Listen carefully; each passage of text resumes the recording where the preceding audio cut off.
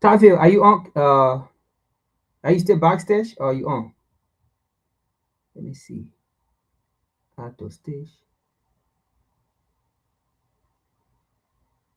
Tavio, can you hear me? Yes, I can hear you now. I can hear you. Oh, okay, okay. But I can see your picture. Or you don't want to come out?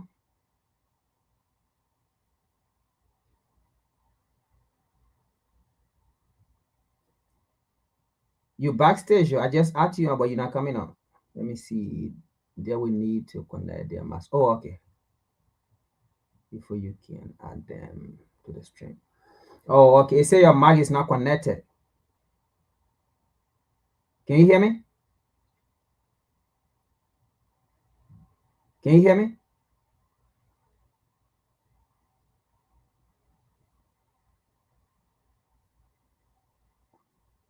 Okay, very good.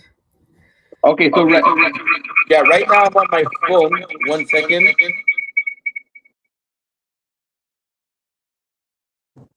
Okay, Frank, can you hear me? Yes, loud and clear. Okay, cool. Yeah, I don't know what's going on with my computer. For Uh-huh. some reason, the camera is like some days it wants to work, some days it doesn't want to work. So I don't know why now today, of course, of all days, it doesn't want to work. Oh, okay, okay. No Yeah, problem. which sucks. I actually did want to show a few things. I'm gonna try again. Uh-huh. Um, yeah, but if not, I'll just have to make do with what we have. Yeah, sure, sure. So is Natasha coming on? I don't know. I mean, I texted her. I texted her everything. So I mean, she should. I mean, let me give her. I guess maybe the Okay.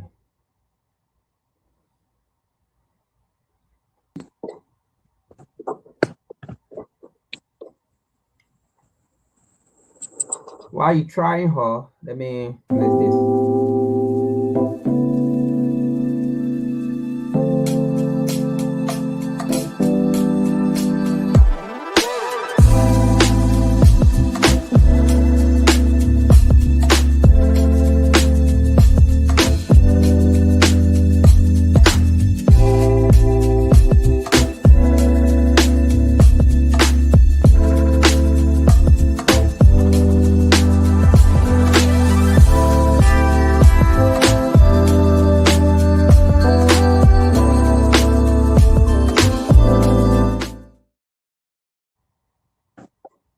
What we have to do is see the complexity of this problem and the vastness of it. And then we will realize that we are going to have to forget some of these so-called organizational principles and organizational aims and objectives and realize that the real principle, the real aim, and the real objective is a solution to the problem. A police state. Just make the Negro neighborhood a police state. It's the most heavily patrolled. It has more police in it than any other neighborhood. Yet it has more crime in it than any other neighborhood. How can you have more cops and more crime? Why? It shows you that the cops must be in cahoots with the criminals. You make my point. That as long as a white man does it, it's all right. A black man is supposed to have no feelings. We want freedom by any means necessary. We want justice by any means necessary. We want equality by any means necessary. We want it now, or we don't take anybody to death. So whatever kind of action program can be devised to get us the things that are ours by right, then I'm for that kind of action no matter what the action is. I don't think when a man is being criminally treated that some criminal has the right to tell that man what tactics to use to get the criminal off his back. When a criminal starts misusing me, I am going to use whatever necessary to get that criminal off my back.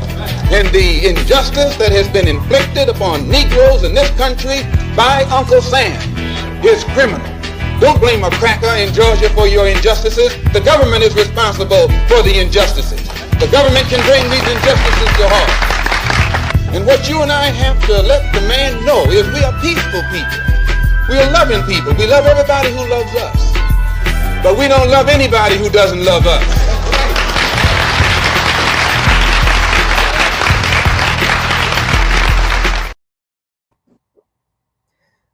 right, all right. Once again, family, this is WCC. I am your host. This is Frank Mauba. On the show, I have Taviat, who said we should discuss the issue about South Africa, and I think I said it some weeks back, right? I said I wasn't going to talk about the issue in South Africa because of some reason. But again, it is the work of our forefather that we should speak about it. So when he came out and brought it out, hey, listen, we have to discuss about this. We have to give some analysis and things. Who am I to say no? So I have to honor him and say, you know what?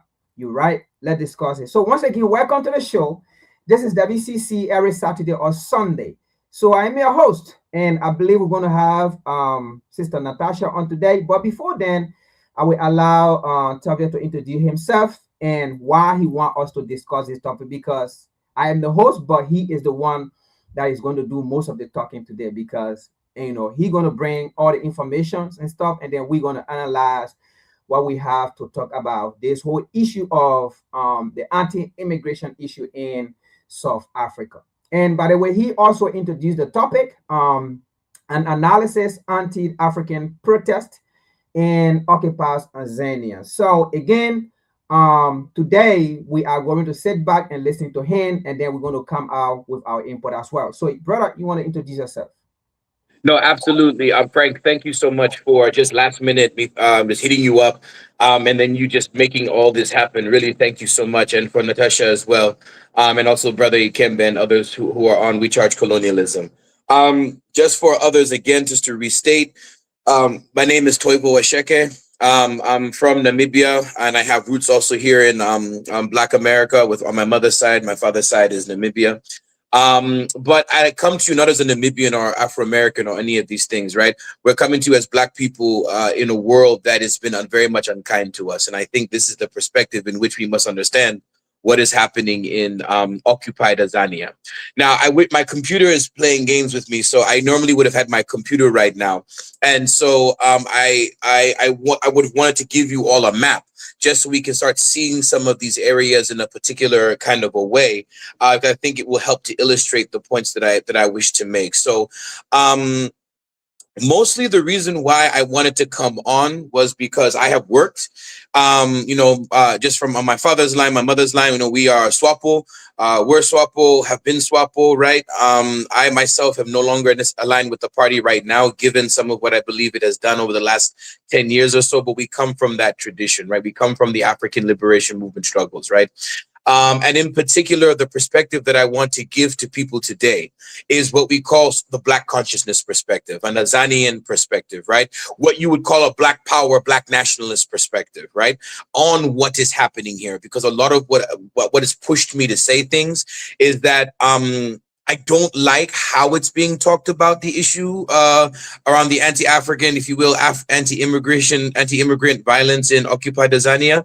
I think, again, people are being reactive, which makes sense because what is happening, it is wild, no doubt about it. I'm not a fan of Julius Malema and the EFF. I think they have been part of the problem, even though they speak a good speak. But he is not wrong to really talk about the trauma that South Africans have gone through under apartheid and how this is actually what trauma looks like, right? This is exactly what it means when you are landless and you are poor. And when poor people are competing over things. Me and Frank and Natasha and Ikemba can be the best Pan-Africanists in the world. If you starve us for 2 weeks, then put us in a room and throw a piece of meat in the middle of there. Watch how Pan-Africanists we are. Yeah?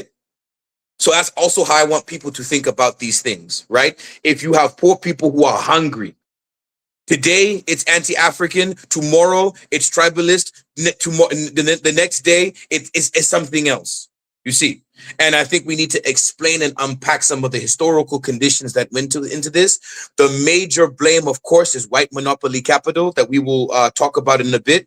I think it's very interesting that people are not making the connection between an Elon Musk, who now apparently is a trillionaire, who has gotten his wealth through stealing wealth in occupied Azania and the rest of the world. His father also is there, probably richer than him, stealing even more.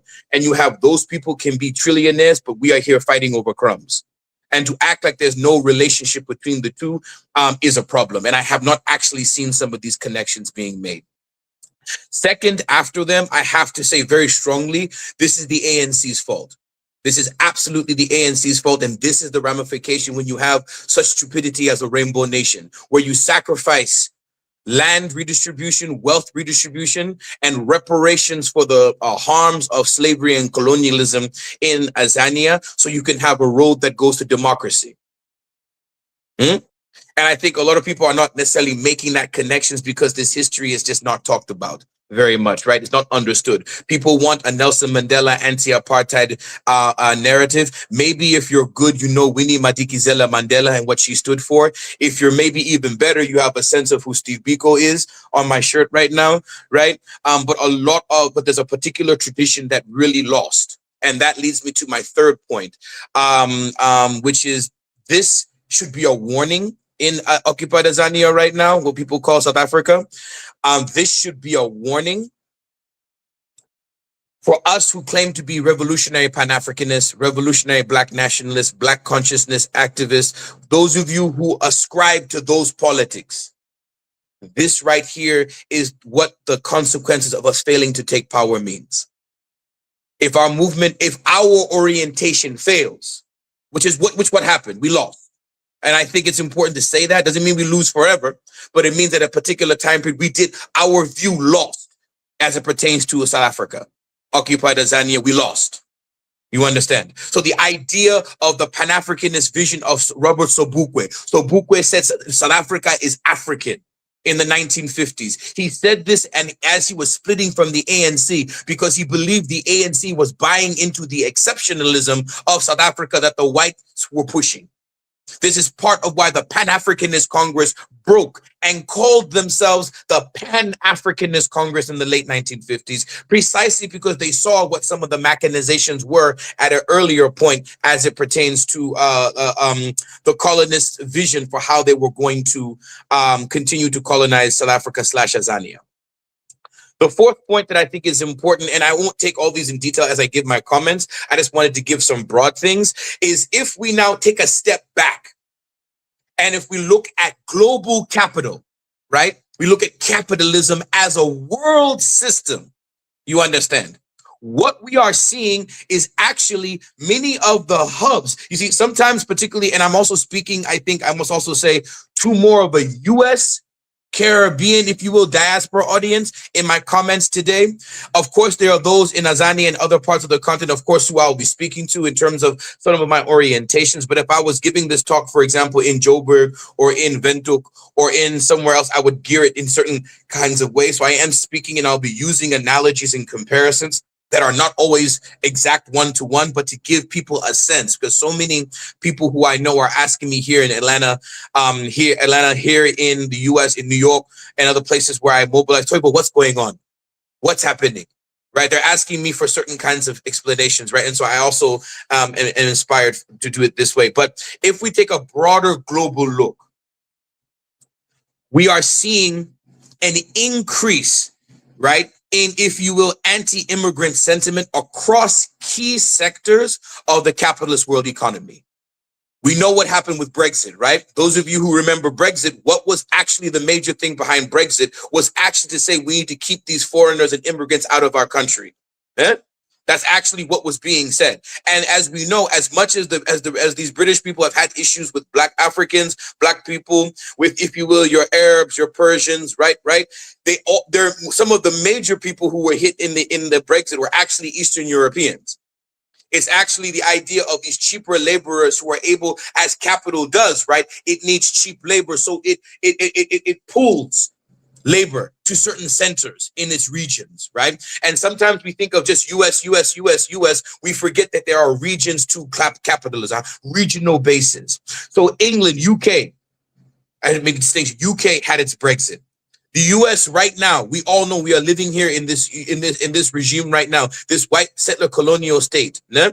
That has now just passed, right? Or the Supreme Court agreed with the administration revoking TPS. Which is going to now, which will make it easier for these ICE people to deport hundreds of thousands of Haitians and Syrians and other people, right? We see that heavily here in the US, right? South Africa is no different given what it serves as a regional hub in Southern Africa. Which is why I wanted to have a map up, because those of you who see the map, you will see what the position that South Africa holds just geographically, right? That is very, very important. Okay. And then also I'll make some comments in a bit talking just about some of the things over the last 50 years, I think, maybe 50, let's say post World War II. I think there's an important context in history that we must give to sort of understand why and to understand and unpack the traumas of colonialism, white supremacy, and divide and conquer. Okay, so there's a number of things I will say, but I want just to pause there really quickly, just to sort of just say these are some of my orientations and how I will look at this kind of thing. I do think the global capitalist thing and the fact that we are since 2009 in a global economic recession and crisis. No matter what this fool in office here tells you about the stock market is doing well, the stock market is doing well, cryptocurrency is here, AI boom here. It is a crisis. And when there's economic crisis, this is what happens, right? Across the world, right? Not just in occupied Azania. Okay, so let me pause there, Frank, and I'll go on and I can say a few more things, just if you'd like. But I want to maybe if you have some thoughts or things you wanted to say, that I will have about 15 minutes of comments that I wanted to give to try to trace people a broad sort of sketch of how I, from an Azanian Black nationalist perspective, how I look at some of what's happening here to give people some understanding, right, and then also to suggest some way forward. Okay, thank you so much. Thank you so much, brother. I mean, the show is yours today, actually. Because we want to learn, we want to know the reason, or what is going on in South Africa. So the show is actually yours today. We're going to come in with our perspective, with our knowledge or whatsoever and things. But you also, folks, if you are listening, you can also put your comment in the comment section, and I believe it is going to be answered. Any question that you have, right, as the presentation go on or as the discussion goes on, if you have any question, put it in the comment section. Trust me, we are going to see it, and your answer or your question going to be addressed precisely as you would like to. Now, I like the fact that you said occupies Azania instead of South Africa, because I've been wondering, why is it called South Africa? So it's just like a nation in East Africa, right? But you have other nation in East Africa, and then you have a nation that is called East Africa. So, it doesn't still make sense to me when it says South Africa. Because in South Africa, we have Zimbabwe, you have Namibia, all those places, Lutuso, they are all part of the southern belt in our area. So why would they have Zimbabwe in that same place or Lutuso in that same place? They are all South Africa, and then they have South Africa again as a nation. Yeah. Right? So it doesn't really make sense. And again, I love your analysis when you went back in history and all of those things, right? So if you look at the reason why maybe the name South Africa was not changed, or the name South Africa still, and it is widely being used, right? It also, again, back then or relate to, history or colonial time or apartheid time or all of those things, right? Because South Africa does not really define an identity.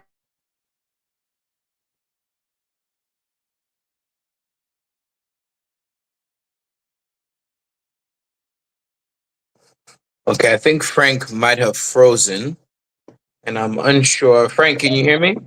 Yeah, I can hear you. The internet traffic fluctuating. Yeah, so like I was saying, South Africa, in reality, I don't think it really defined the identity, right, of those people in that area. So when you say, occupies Azania, I think that land, right, the real name should be Azania, and it's been occupied by, Westerners, by Europeans, That's right. All right, who control, all right, about 90% of the resources, about 90% of the land, about 90%, right, of decision making. Now you may say you have a black president, you have a representative, you have these Congress or these state men and all of those things. But at the end of the day, like you gave an analysis about the US, right? Do you know how many black representatives, senators, mayors we have in the US? But at the end of the day, who control the decision making? At the end of the day, who control the economy? That's And, right. and this is where I think we are going to drive at today, right? But not to take much of your time, right? I have a question, and maybe you can answer that question and then dive into, Yes. Yes. the Yes. presentation. Yes. Now, with the issues in South Africa, right? I'm not going to be one-sided because I'm looking at all argument from all sides, and then you can go ahead and just jump into it. Now, in South Africa, right, anti-immigrant believer or protester are saying it is foreigner who are creating the hardship in Africa, let's say Yeah. in South Africa. Yeah. It is foreigner who are creating these hardship. And now you just made a claim about the economy. So if it is foreigner who are creating a hardship, who are taking the job, who are taking the economy, right?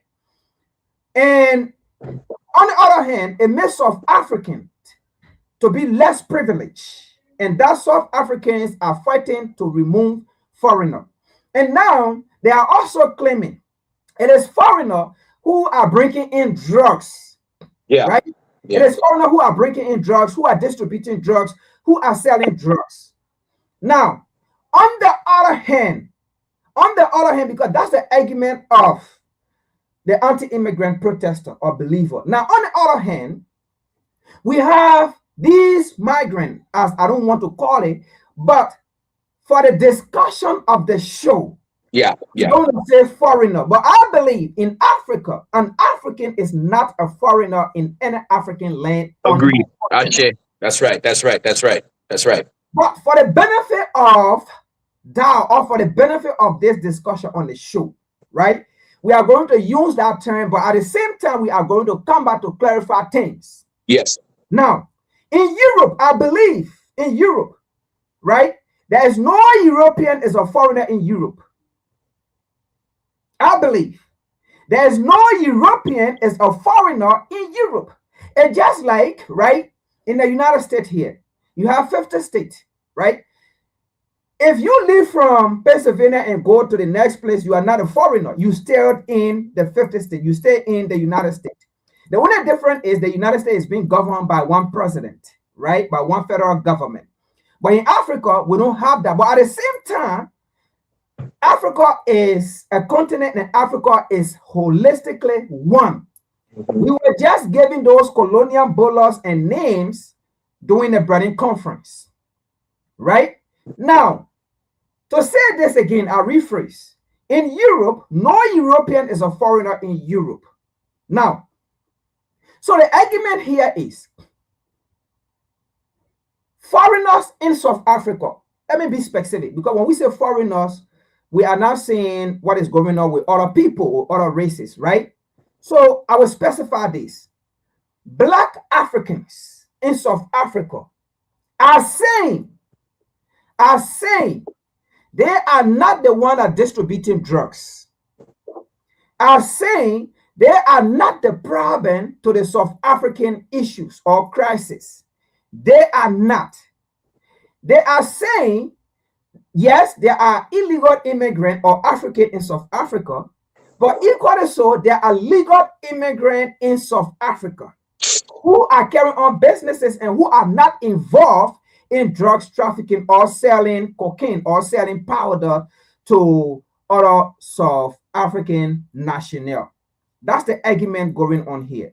Now, as we discuss this today, what do you have to give us? Is it because it is true that Black Africans in South Africa are the problem to the economy, are the problem to the suffering, to the massive suffering of South Africans? If Black Africans leave South Africa, will that solve the South African crisis as we see going on today? What do you have to give to her, and what is your presentation? Okay, so let me I'm gonna set myself a timer because I can go on and that's not good. So I'm gonna set myself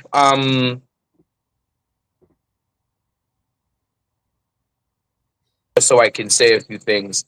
And let's just go forward. So one, I would like for people to think of when people say foreigners, right? I would also like people to think about, instead of thinking foreigner, think, quite frankly, competitors, competition. Remember, for most of the African continent, including South Africa, the way most Black people are actually participating in the larger economy is through what people call the informal economy, right? You have the people who are selling the fruit, right? They're selling baskets, right? We're selling clothes, right? We're selling anything, batteries, right? Phones, right? If I right now say to many African people, oh, these Indians or these Desis, they're always there with the phone mechanics. You know what I'm talking about. Yeah. If I say, for example, certain groups who have cornered particular markets in what we call the informal economy, right? Which doesn't necessarily mean illegal, but it means the informal economy is where much of this competition is happening. And there are structural reasons for why, and particularly the whites have been stoking the flames. So now let me go back, and I want to say a few things. First, South Africa is a white settler colony. What does this mean? This means that unlike most of the rest of the African continent, right? Europeans who themselves were indeed on some levels fleeing levels of persecution in Europe, they felt that it was their place to now live and to build a new Europe in Africa. Okay.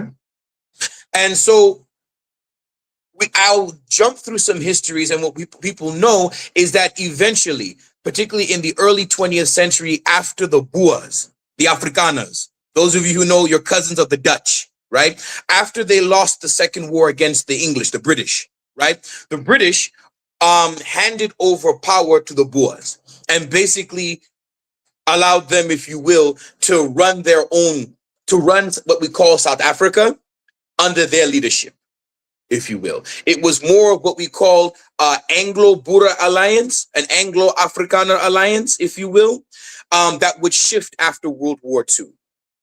Why is this important?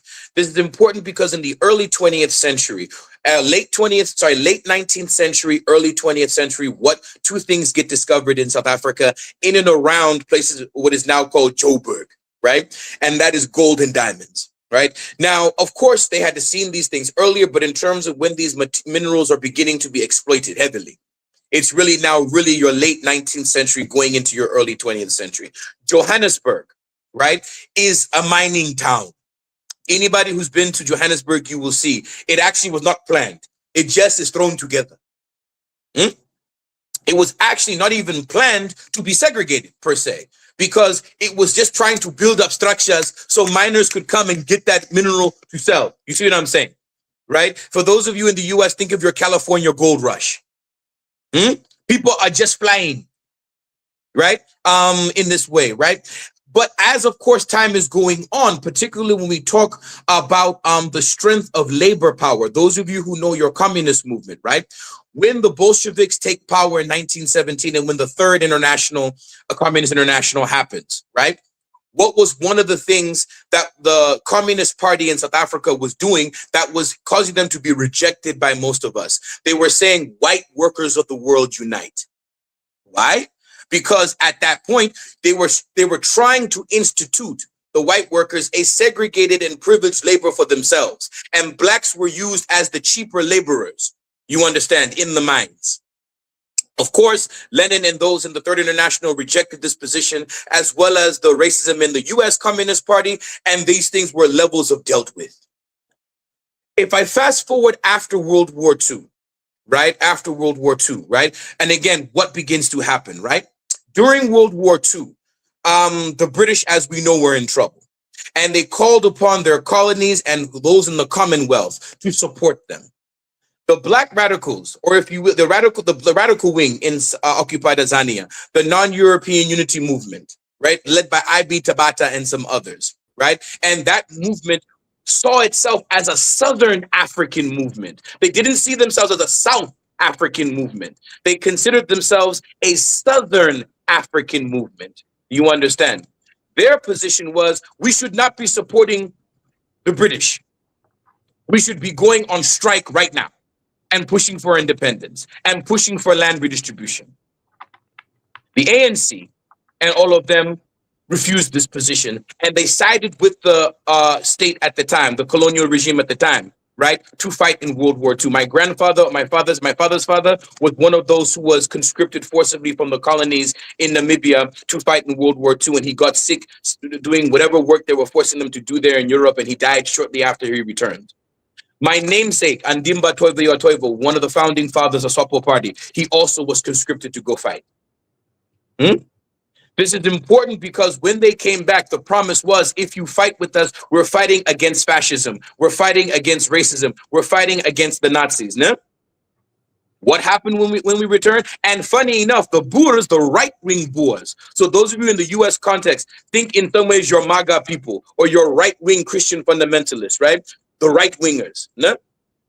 They actually were imprisoned during World War II in South Africa because they agreed with the Nazis. You understand? And they tried to commit a coup against the pro-British Afrikaner government, and they were imprisoned. Okay?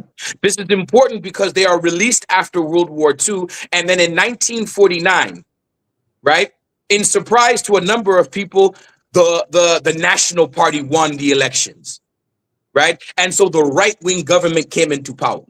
And that was the thanks that the blacks got for now supporting these people. And that's why you had your first early rumblings of a split in the ANC, with those who would become the PAC 10 years later, briefly being able to seize a level of control in the party. Because what they were saying was, we have this shows you right now that these people are trying to make a white country. Okay? In the 1950s, you have a lot of protest movement, but what also happens in the 1950s, right? We understand there's colonialism in Portugal. In the Portuguese colonies, Mozambique, right? Angola, right? Guinea-Bissau. And I'm going to focus on Mozambique because it's very important. And this is one of the first times you begin to see what would be some of the embryos of the problem that we're dealing with today. After about 30 and 40 years in these mines, worker power amongst the mine workers in particular and the farm workers in that area, if you think center and east South Africa, right? That area around Johannesburg in particular and on the docks, they were very strong. They had begun to reconcile what we call the tribalist question. They were beginning to see themselves as workers, as Africans, right? As black people, and they were mobilizing in strength. In order to break that strength, what did these people do? They began to import over a period of years. This is now from even before World War II up into the 1950s and the 1960s. My numbers are not as accurate perhaps as maybe newer numbers, but anywhere between 200 to 400,000 Mozambicans were imported into South Africa to be strike breakers. You understand? Because in the Portuguese colony, it was poorer than South Africa. You understand? And the Portuguese, we know they have always been broke. They're the brokest white people you will see on this earth, right? And these people were being paid by the South Africans to provide laborers to the mines. And then the mine owners, the white regime, now was saying, you see, these Mozambicans are taking your jobs. You see?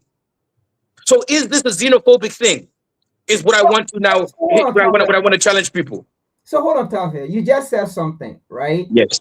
About South African being young, and then the people who are young South Africans, and they come by and say, hey, these people are taking your job. Yes. Now, somebody may say, because with this current generation, we like to say, let's move on. Anyway, Sister Natasha, welcome.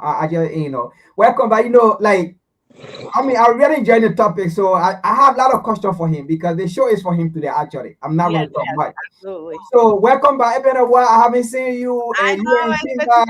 Good to see you, Toivo. All right, welcome back, and I hope we get started again very soon. But he told me you've been busy with the schools and all of those things.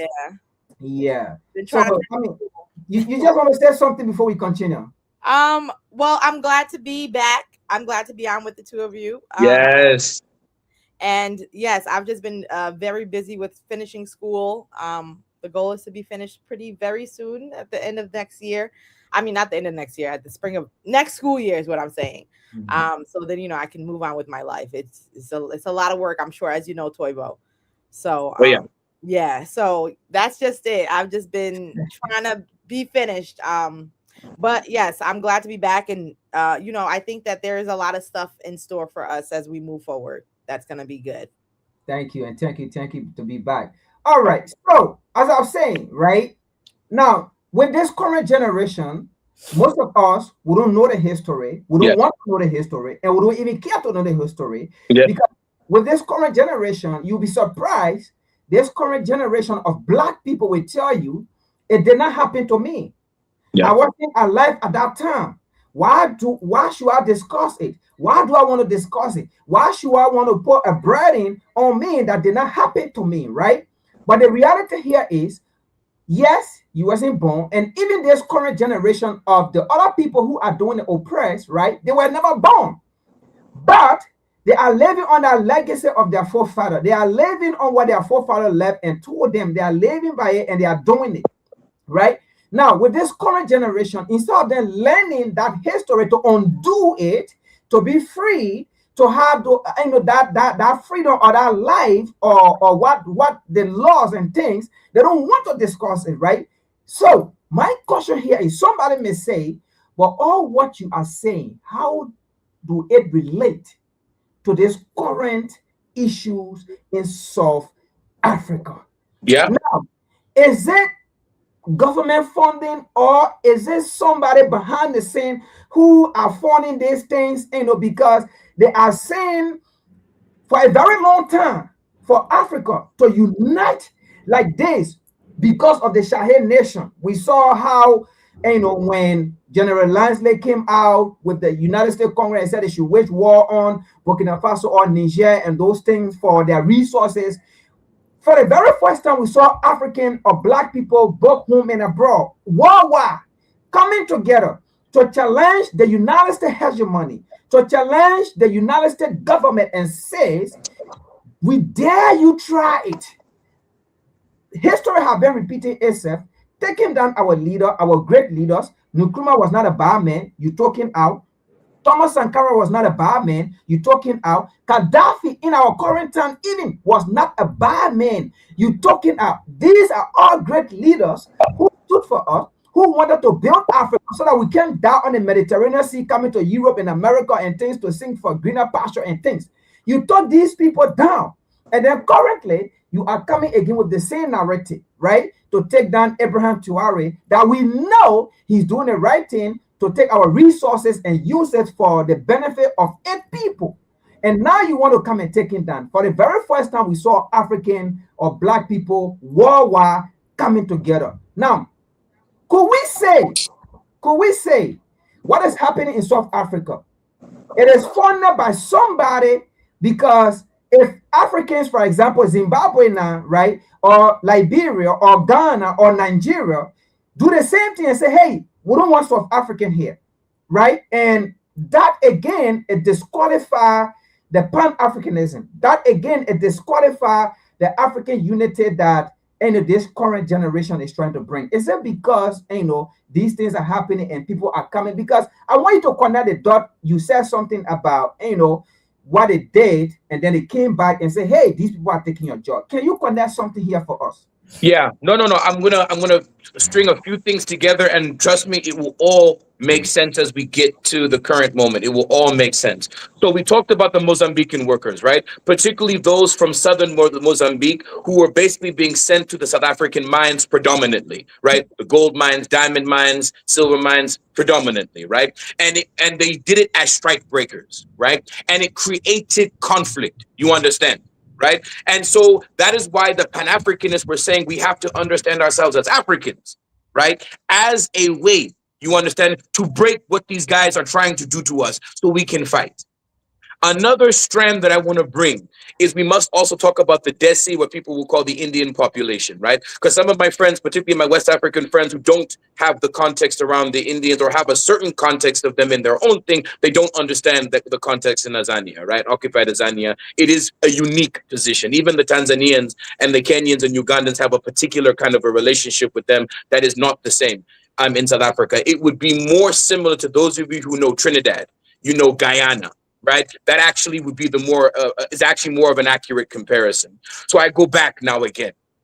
The British, as we know, right, was conquering India, right, and in their conquering of what we now know as the Indian that what we call India, Pakistan, Bangladesh, that area, right, they were exporting prisoners of war to the wider colonies, and they used those as strike breakers in areas generally where there were former plantations. So Guyana and Trinidad in particular, the Desi population was used to break that. People talk about Walter Rodney. Walter Rodney spent much of his life trying to fight that particular struggle between, if you will, Africans and Desi/Indians, because he understood it as a racialized conflict being fueled by capital, precisely to break worker strength, but also to have divide and conquer. Right. So Walter Rodney was very, very big, and even Usi Kwayana, one of his collaborators, he also moved him to Rodney's side on this one. So when Gandhi is coming, Gandhi actually comes to India and he makes it worse. He actually tries to argue that the Desi population there, most of who either were prisoners of war or who were shipped out as lower caste Hindus or as Muslims or as other religious groups who were being repressed under British colonialism to compete with black workers. And Gandhi made it worse by trying to exceptionalize the Indian population, right? And say, no, we are this, and we are actually higher on the racial hierarchy ladder in the British Empire than these blacks, these Zulus. Because particularly with the Desi population, it's not like they're quote unquote everywhere. They're mostly located in Durban, which is in KwaZulu-Natal. This is important because the Zulu question is also a particular one, and also a question, the Venda question, and the other ethnic groups, because the colonialists have used all those ethnic groups against each other at some point in time.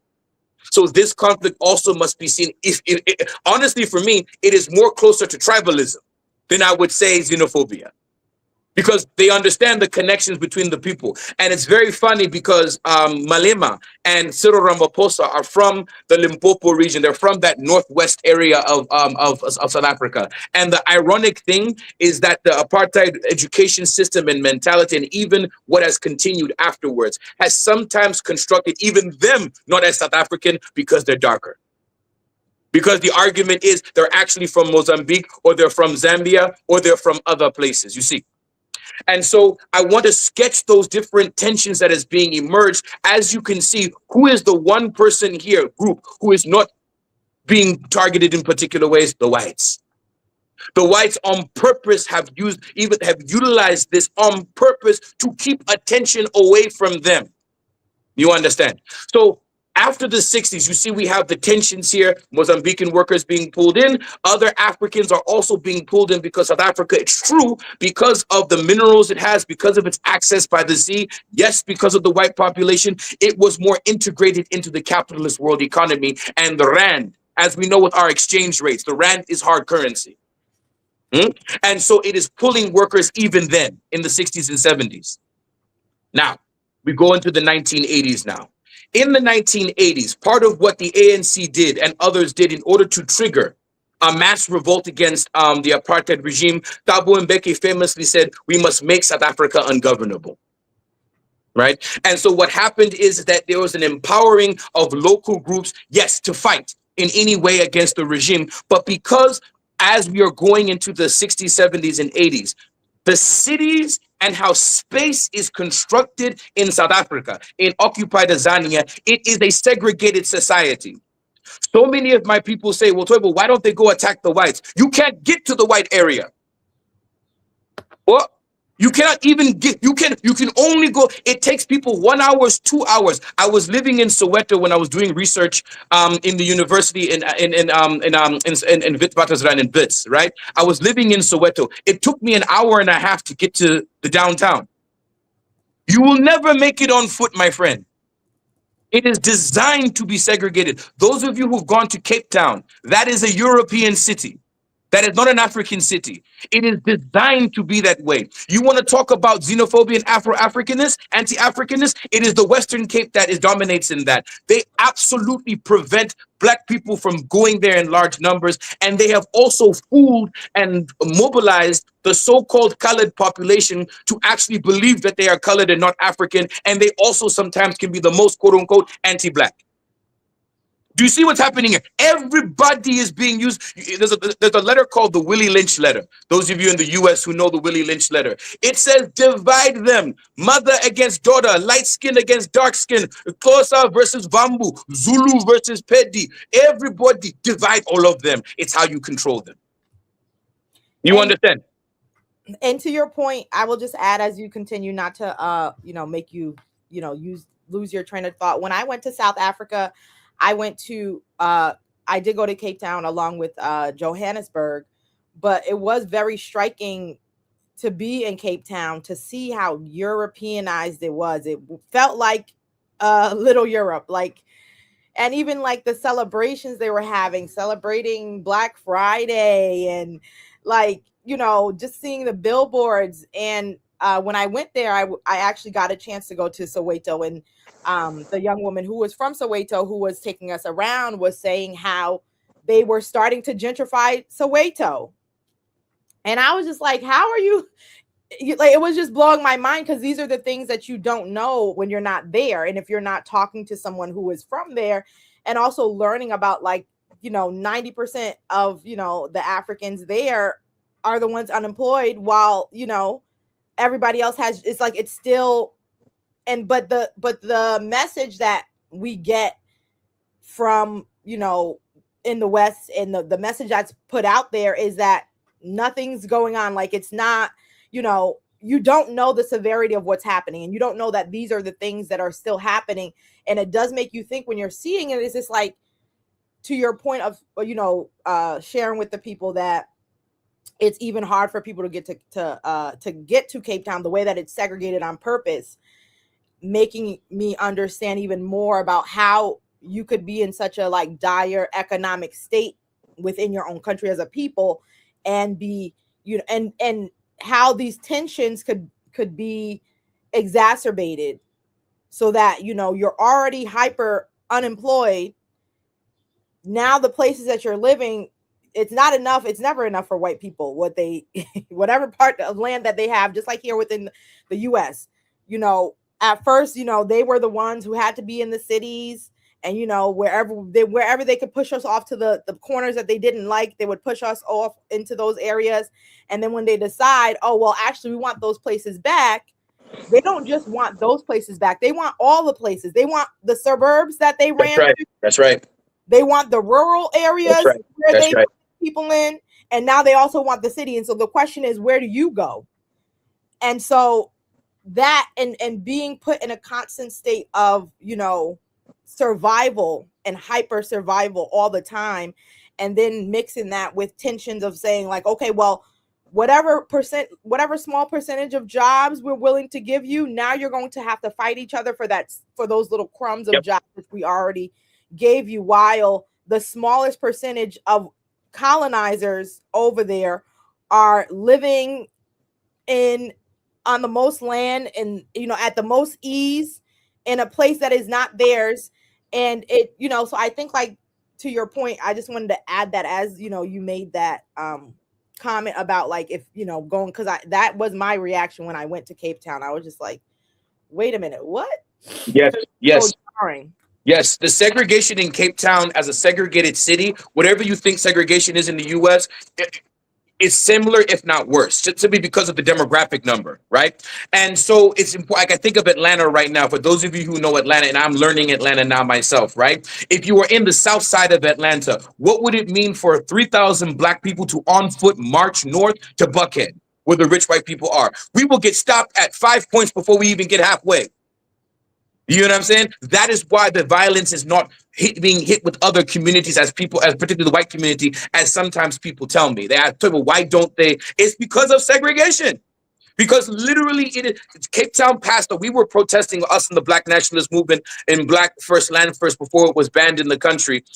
We were protesting a law in Cape Town that was basically going to increase arrests of homeless people and quote unquote under vagrancy laws, right? Vagrancy, homelessness, etc. It was a law that was being passed that we were trying to sound the alarms on in the world, and no one was listening to us, right? And literally, it was to kick out these elements from the tourists and the white and the quote unquote nice areas. In this, even though I'm more critical of Fanon than most people are, Richard the Earth is a good analysis for this, particularly when he talks about the Manishan city, right?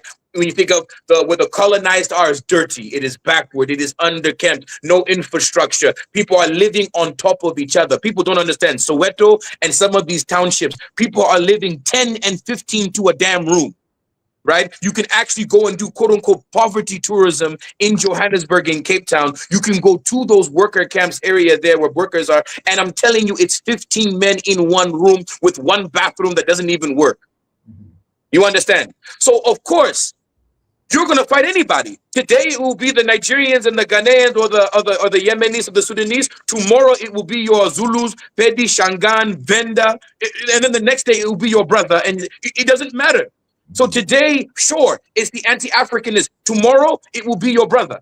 Next day, your mother. You see what I'm saying? And so people need to understand that it's very important. Black people there are poor. And that is what is pushing the violence. These are poor people. I said earlier, Natasha, that listen, if you put us three and Ikemba in a room, you starve us for 2 weeks, and then you throw a piece of meat in the middle, watch how Pan-Africanist we are. We can sit here and say, no, we'll divide it equally amongst ourselves. Hey, let's not cut, and maybe we will, sure. But you guys get the point that I'm trying to make. People are starving. And so if I now push to go back to the 1980s briefly, why is this important? It's important because when you... Tell me, hold on, hold your thoughts, hold your thoughts. Don't lose it. Yeah. Don't lose it. Hold it right there. So there was something said about Cape Town, right? Yes. You said something about Cape Town that it is a white settlement, right? Yes.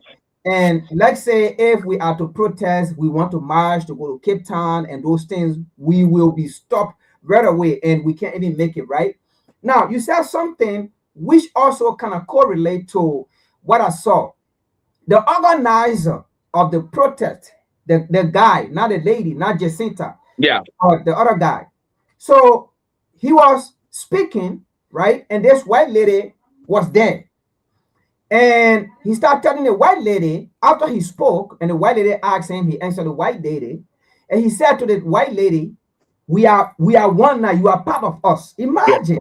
He told the white lady, we are one, and you are now part of us. You are part of South Africa. And the white lady told him, no, I am from Cape Town. I am not part of y'all.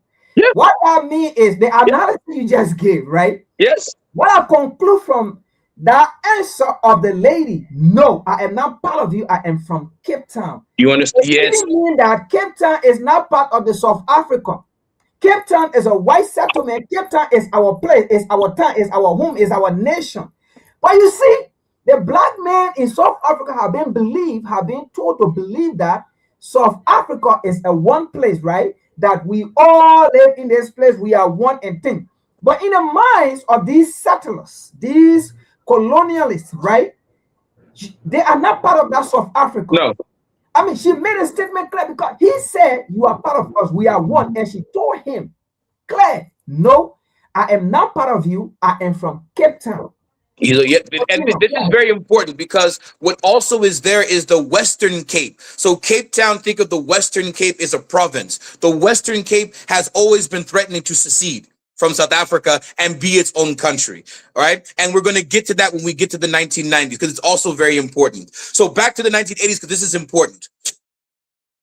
We know the liberation movements were in exile, right? And I'm going to get to that too, because I think something that is levels of inaccurate. And I know why people are saying that about how Africa welcomed South Africans, particularly in the frontline states, and they were not, they didn't treat people like this. That, let's be honest, is not true. And I've researched that there was anti-South African violence in Botswana, in Zambia, Zimbabwe, in Tanganyika. It's true. Was it to this level? No, but I could go into details. It was not welcome. If you interview the guerrillas who were in exile, they did not, many of them, have good experiences in these places. They absolutely were hated and disrespected by many people. Not all people, but they absolutely had a lot of that happening. I think that's important to say. But 1980s.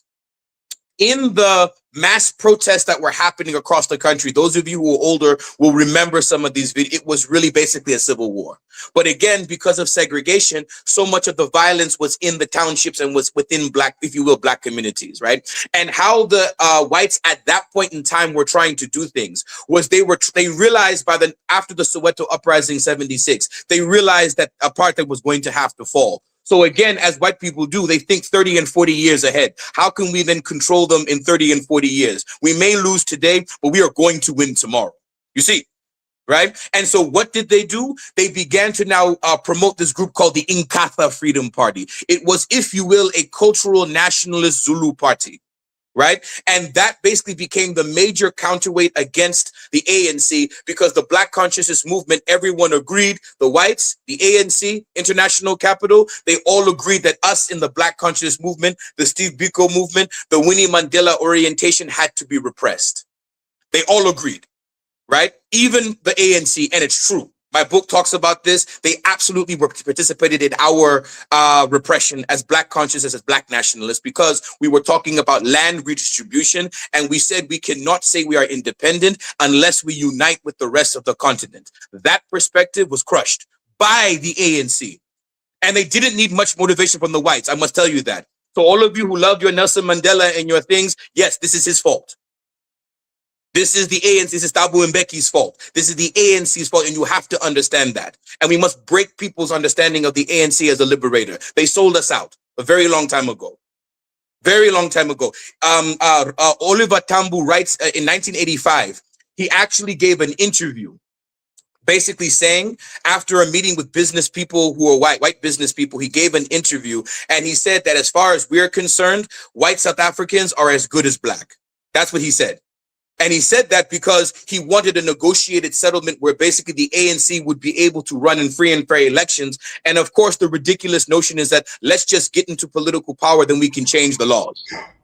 Right? And so this is a problem. But anyway, as the violence in the 1980s is going, the reality was, yes, nobody, it's true.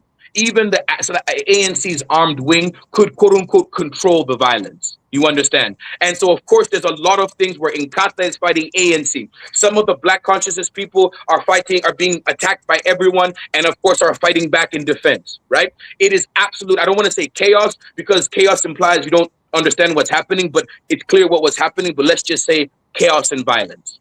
The neck lacing, right? It was just horrendous what was happening to each other, right? Now, we go into the 1990s. The Black consciousness movement and the PAC, we refused to take part in the negotiated settlements that was happening when Mandela is released from prison in 1990, and the ANC and PAC are unbanned in 1990 throughout 91, 92, 93. There were negotiations, right? And this is where the ideas for the Constitution, which would come in 96, and some of these other things called the Sunset Clause. I can get into some of these details, but I don't want to, for the moment, bore people, right? But in these negotiations, our movement, Black consciousness, the PAC, the Pan-Africanist Congress, right? These were the two Black nationalist wings, if you will, right? They refused to take part in the negotiations because they believe, how can we negotiate for this? Tell the whites to leave, period. No negotiation, you must leave, or at the very least, you must give up the majority of the land to redistribute it amongst the people. The ANC did not agree with this position, and they were supported in locking us out of the discussions of power, right?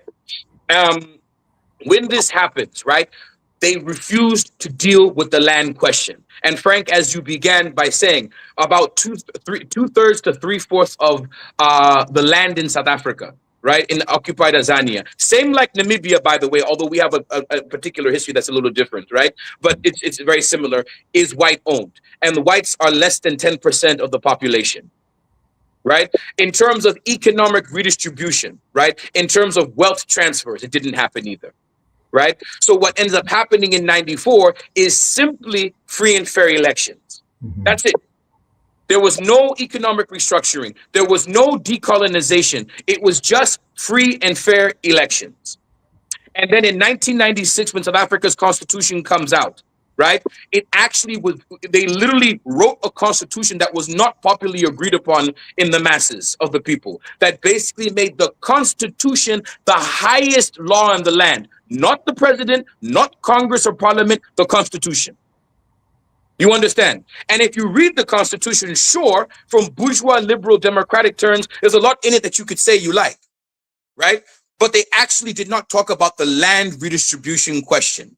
This is very important because, again, population is increasing. Now, apparently, race is no longer the barrier for entry. So what begins to happen? You did see an upsurge of investment in South Africa. You did see a number of blacks and who were able to rise and to get some sorts of money. Yeah? But of course, the majority remained impoverished, and the inequality. So there are stats that will look at inequality between whites and blacks increased actually post 1994. You understand? It's the same in Afro-America. After the Civil Rights Act in 1965, the Voting Rights Act in 65, after the Civil Rights Movement legally takes over, if you will, the legal portion of it, right? Between 65, 66, and now, you have a higher rate of inequality between black and white than before. That actually makes sense, right? Because the idea is you remove particular barriers, illusionary barriers, but the material conditions did not change. Now I'm going to wrap it up really quickly with now some more contemporary things that I think really, really now have exacerbated some of the issues, right? In 2000, late 1990s, early 2000s, what happens?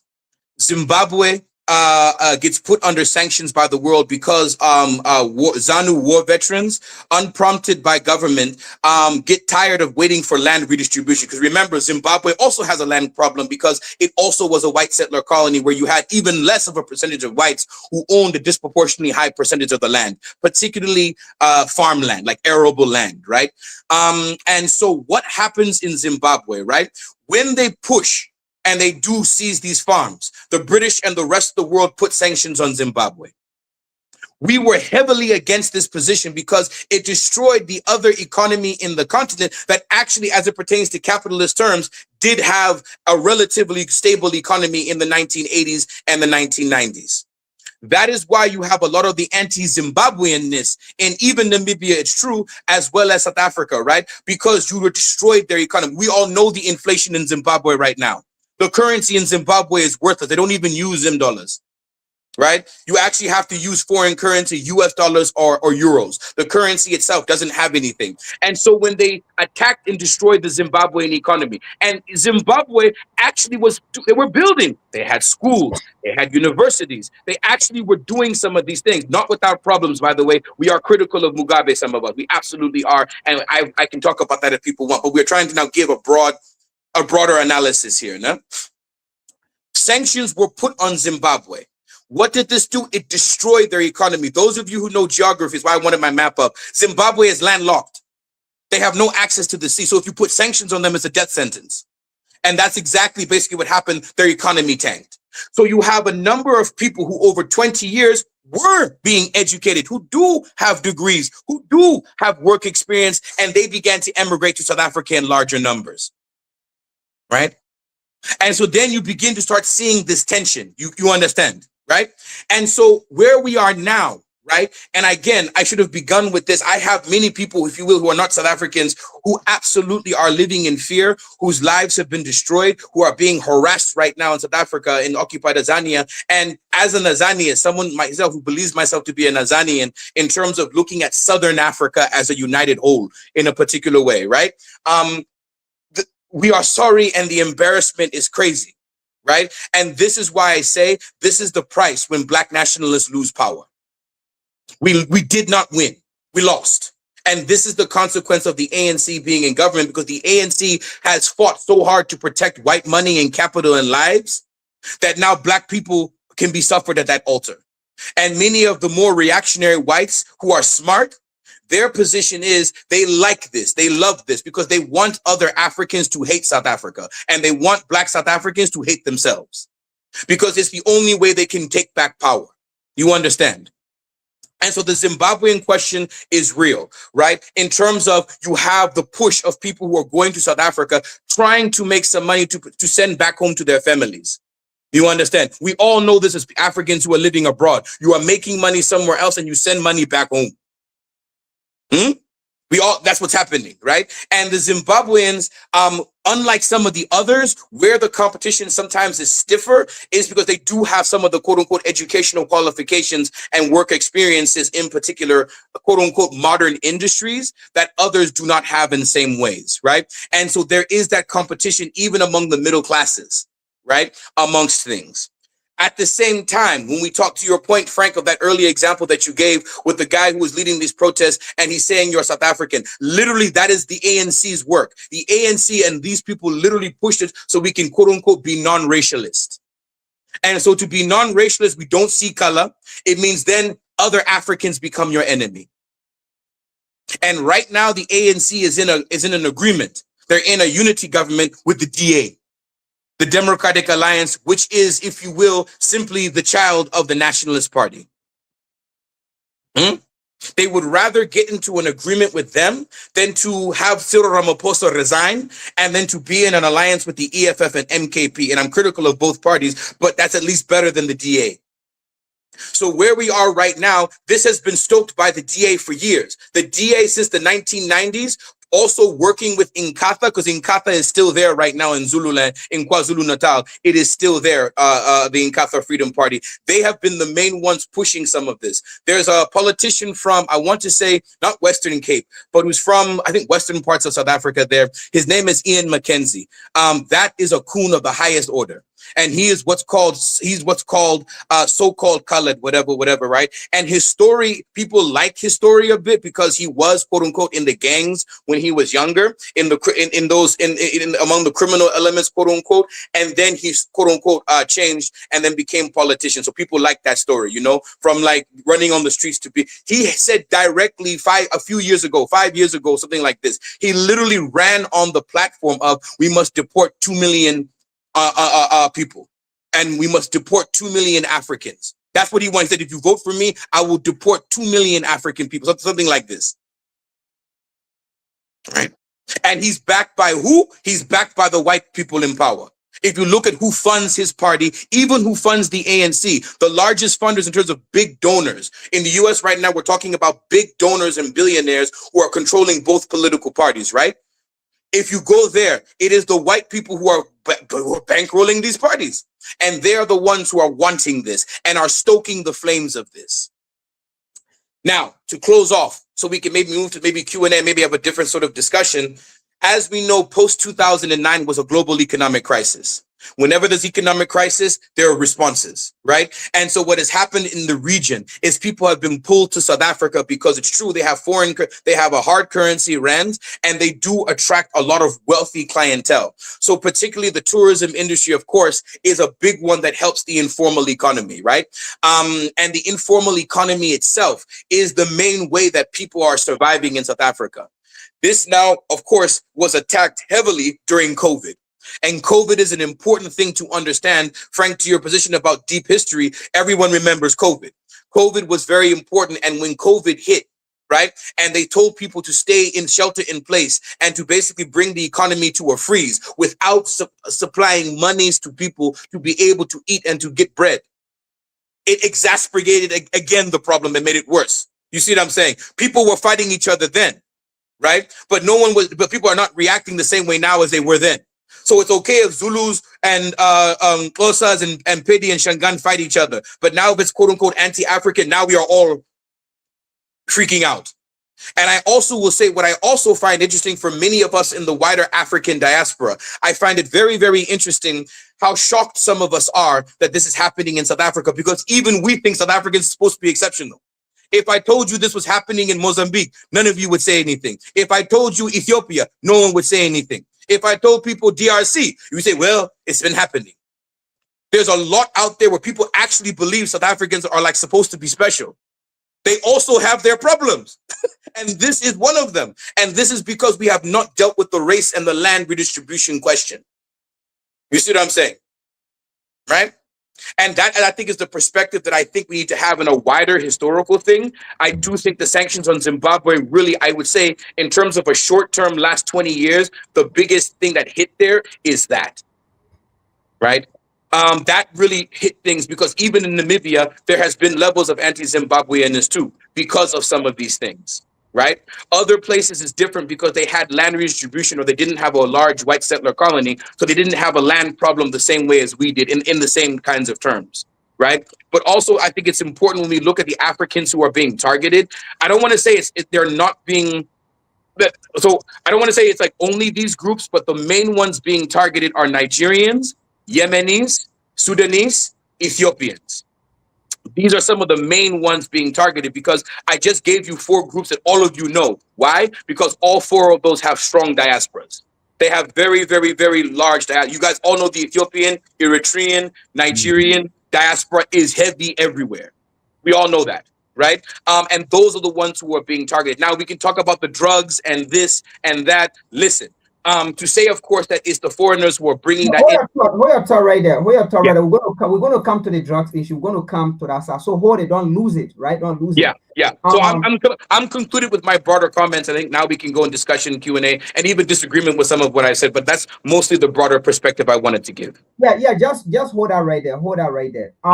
You said something about Nigeria, that is the most or that the most targeted people in this whole South Africa discussion. Yes, we do have our show, right? I do also follow other platforms to hear that view, okay, especially on Instagram and those things. I don't participate, but I want to hear the audience, okay, and see how people think and how people are trying to reason. Most of the platform that I see on Twitter, right, that I went to, that I watch, Tavia just said something. Most of the South Africans advocate that I saw there, most of them even say, and this lady that spoke, she has spoken on various platforms on Twitter, on different platforms that I have heard her voice. She says she is an activist, all right, in South Africa. She is an activist. She went to certain places in South Africa, so she's kind of locally well known, right?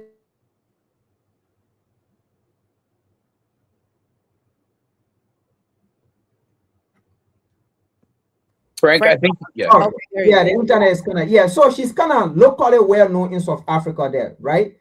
And most of the platform that she went on, she said, in fact, they are in a discussion right now, and they are coming out with a draft, with a petition, right, to take it to the president, right, and to take it to the lawmaking body of South Africa, to tell the South African government to put it in their constitution that no Nigerian should be allowed to enter South Africa. When she said that, people are not trying to think. People, like when she said that, right, I wasn't just thinking that, she's being hateful. I wasn't thinking that way. I wasn't thinking that, South African are hateful people. No. What she was saying down there, it have a deep rooted meaning and is being supported. That lady was not just speaking she's frustrated with foreigners, she's frustrated with Nigeria. Look, she was speaking because this is something funded.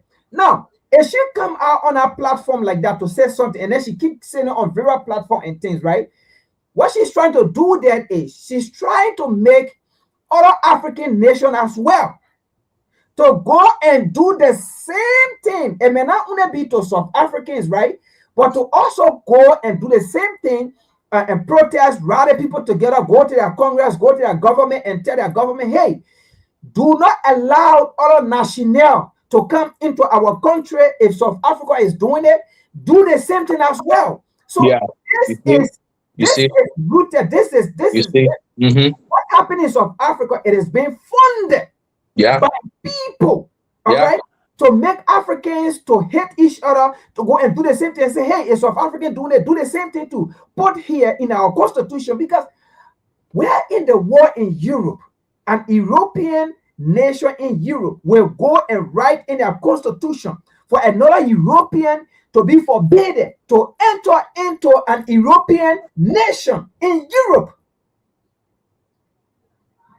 Anyway, Natasha, what do you have to say about what have been discussed? Anything before we get back to topic? Yeah, I have a couple of things and a couple of questions. So, and Frank, I don't know if you're in the chat, if you're able to like access the chat. I don't know if it's from YouTube or not. But we have someone who needs, from YouTube, we have someone who needs to be removed from the chat. So just take a look at that.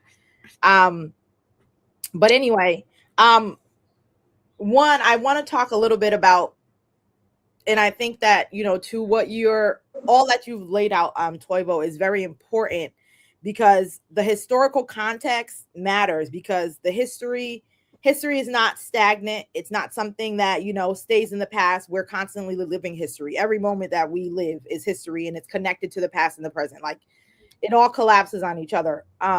And so when I'm thinking about, and to also Frank's point before about, what people would say, like, well, that's, that's in the past, that, we didn't experience that, and so let's deal with that. But I'm reminded of a quote that John Henry Clark said about how history is a clock that we use to tell our time, the time, right. and and it tells us who we are, where we are, and what we still must be. And also thinking about educating from an African centered perspective, and thinking about being operating from a space of centering yourself as an African person diasporically, even on the continent. Even I've seen that there's I forget the name of the school in South Africa. It's touted as an African centered school. But I'm not going to get into like the particulars of that, but just thinking about the education that is needed, and to be able to cultural education, culturally being able to have the knowledge of your heritage and what has happened in your country and in your land, and in just your people, to be able to then say, this is like, you can't operate from history as something that doesn't matter. It's part of your culture. History is part of culture. So you cannot leave it in the past and say, well, that was then. No, it's for you too. It's important for you to know, to carry on, to learn from, and to make these, and to make your choices from in today's time. And so it was, when you were talking, it was making me think about the type of education that exists in South Africa currently. And if you could talk about that, and how that is shaping the minds of people in terms of like what they're able to understand, and what they're doing based on that mindset about what they're able to understand, because this is not just happening. We know the miseducation of African people is not just happening in the diaspora, but it's also happening on the continent. Yes. Yeah, and Tava, before you come in, Natasha, you say I should check in the chat. Which chat? In the public chat, when people are commenting. What was there? I can't for some reason live? my internet keep fluctuating, so I have. Oh, okay. Can you make me? Let's talk privately in the chat, and we'll figure it out in our private chat on the stream. Okay. Gotcha. Go ahead. Yeah. Okay, so I have a little timer on again. So the education question. So one, again, I go back to the ANC. I go back to them. Yes, a lot of blame falls on them because they wanted this damn Rainbow Nation nonsense, right? And because of that, that's what a lot of the education has begun to produce, right? And so in the school system, again, even the school system is geared toward the British, right? Those of you who know, for example, who went to high school like I did in the continent, right? There's something called the Hixie and ICSI examinations, right? These kinds of things are actually oriented toward the British model. Even the teaching models are oriented toward that. When we were doing the Fees Must Fall movement, right? Some of us, I was involved in the Cape Town wing of that movement, right? A lot of this was coming up as well, right? And a lot of what we were challenging in places like the University of Cape Town, what we were challenging in places like Wits, University of Witwatersrand, right? And these other quote unquote top universities, right? They are absolutely geared in a particular way to make those who wish to become bourgeois, right? Those who are coming into bourgeois culture, to make them feel exceptional to the rest of Africa, right? And different, right? That actually is what the education is geared toward. And that's why we talked about the decolonization project has not happened. We just have flag independence and free and fair elections, quote unquote, right? But actually the decolonization in the high schools is not happening. Why? Because many of us are being forced to learn in English and Afrikaans. And these aren't actually languages that actually really teach you to actually understand African culture and African ways of living. And I don't want to sit here and exotify Africa as this like a monolithic type of a thing, right?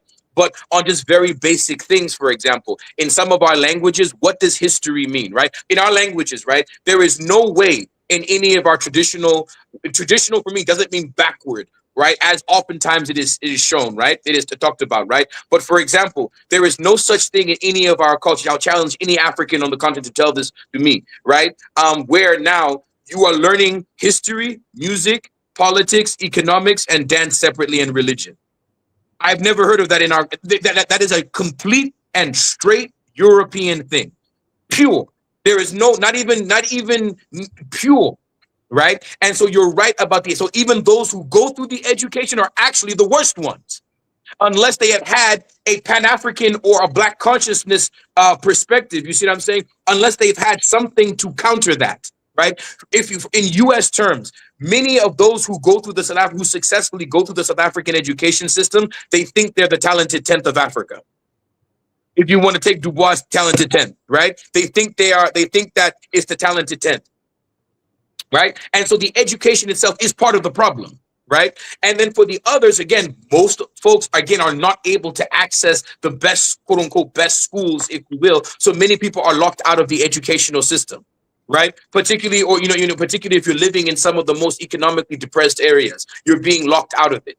Right. And so a lot of the education you're picking up on the street, you're having to survive on the street. You're having to survive and learn what you can learn from your immediate context. Right. Particularly those of you who know big city life. You have some people in the hood. They've never left their hood. Never. Their world is their hood. You know what I'm saying? Right. And because of that, you then have to learn the skills you need to survive there, because people they are dispossessed of land. You see what I'm saying? And so I think that's maybe a way, Natasha, to answer your question, is that I think and oftentimes the educated ones are the worst ones, I would argue. It's actually the educated ones who actually successfully go through the system are actually the ones oftentimes who are the largest enemies, who actually are fueling this project, if you will, right?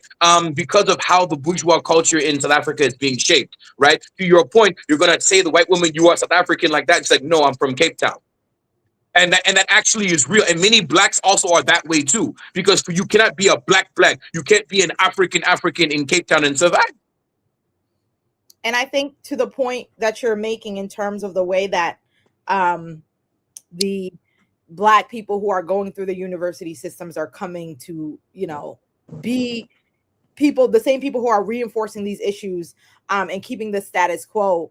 It makes me think about how, if we notice here within at least I know here within the United States, that within, academia, there is a lot of connection between academic universities here and academic universities in South Africa.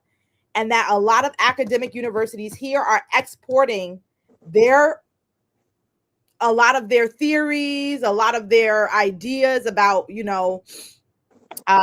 every sector of society into South Africa. And I think that, to your point before, when you were mentioning how people, see South Africa as exceptional, I think it's been a very, what's the word I'm looking for? Intentional propaganda move to frame South Africa in a way that positions them to be the way to move toward the way that Black people should think about how we move past, quote unquote, past the issues of colonialism and racism and white supremacy, or, white terror and domination, preferably is a better term for it, in terms of every place that we are. It's kind of like the way that they have sanitized and whitewashed Martin Luther King's legacy and what he stood for, what he was working for, and what his message actually was, so that they can tell, people of African descent, African people, oh, well, you need to act in accordance to what you see South Africa doing. They were able to move past their racial issues, and now look at them, all the while not giving the real truth about it. Because when and back to what I said before, when I went to Cape Town, literally every place I went, they were like, okay, no, Nelson Mandela, we don't big him up. we big up Steve Biko and we big up Robert Sobukwe. We don't big up Nelson Mandela in that kind of way. And the same things that you're saying that Toivio you're saying is the same things that I heard, on the ground there. And so I think that like there's an education about South Africa that needs to happen in the same way that we, when we are trying to challenge, but obviously the propaganda is bigger than the what's the word I'm looking for, than the presence of the propaganda around Martin Luther King. I think it's the same way that we have to challenge the propaganda around South Africa. And so when we know the propaganda that they put out there, because even like within some indigenous spaces here within the US, when they're also talking about land back, and when they're talking about how to move beyond the particular issue of colonialism and dispossession that has been happening, they're saying, oh, we need to do reconciliation like South Africa. We're going to use that as a model.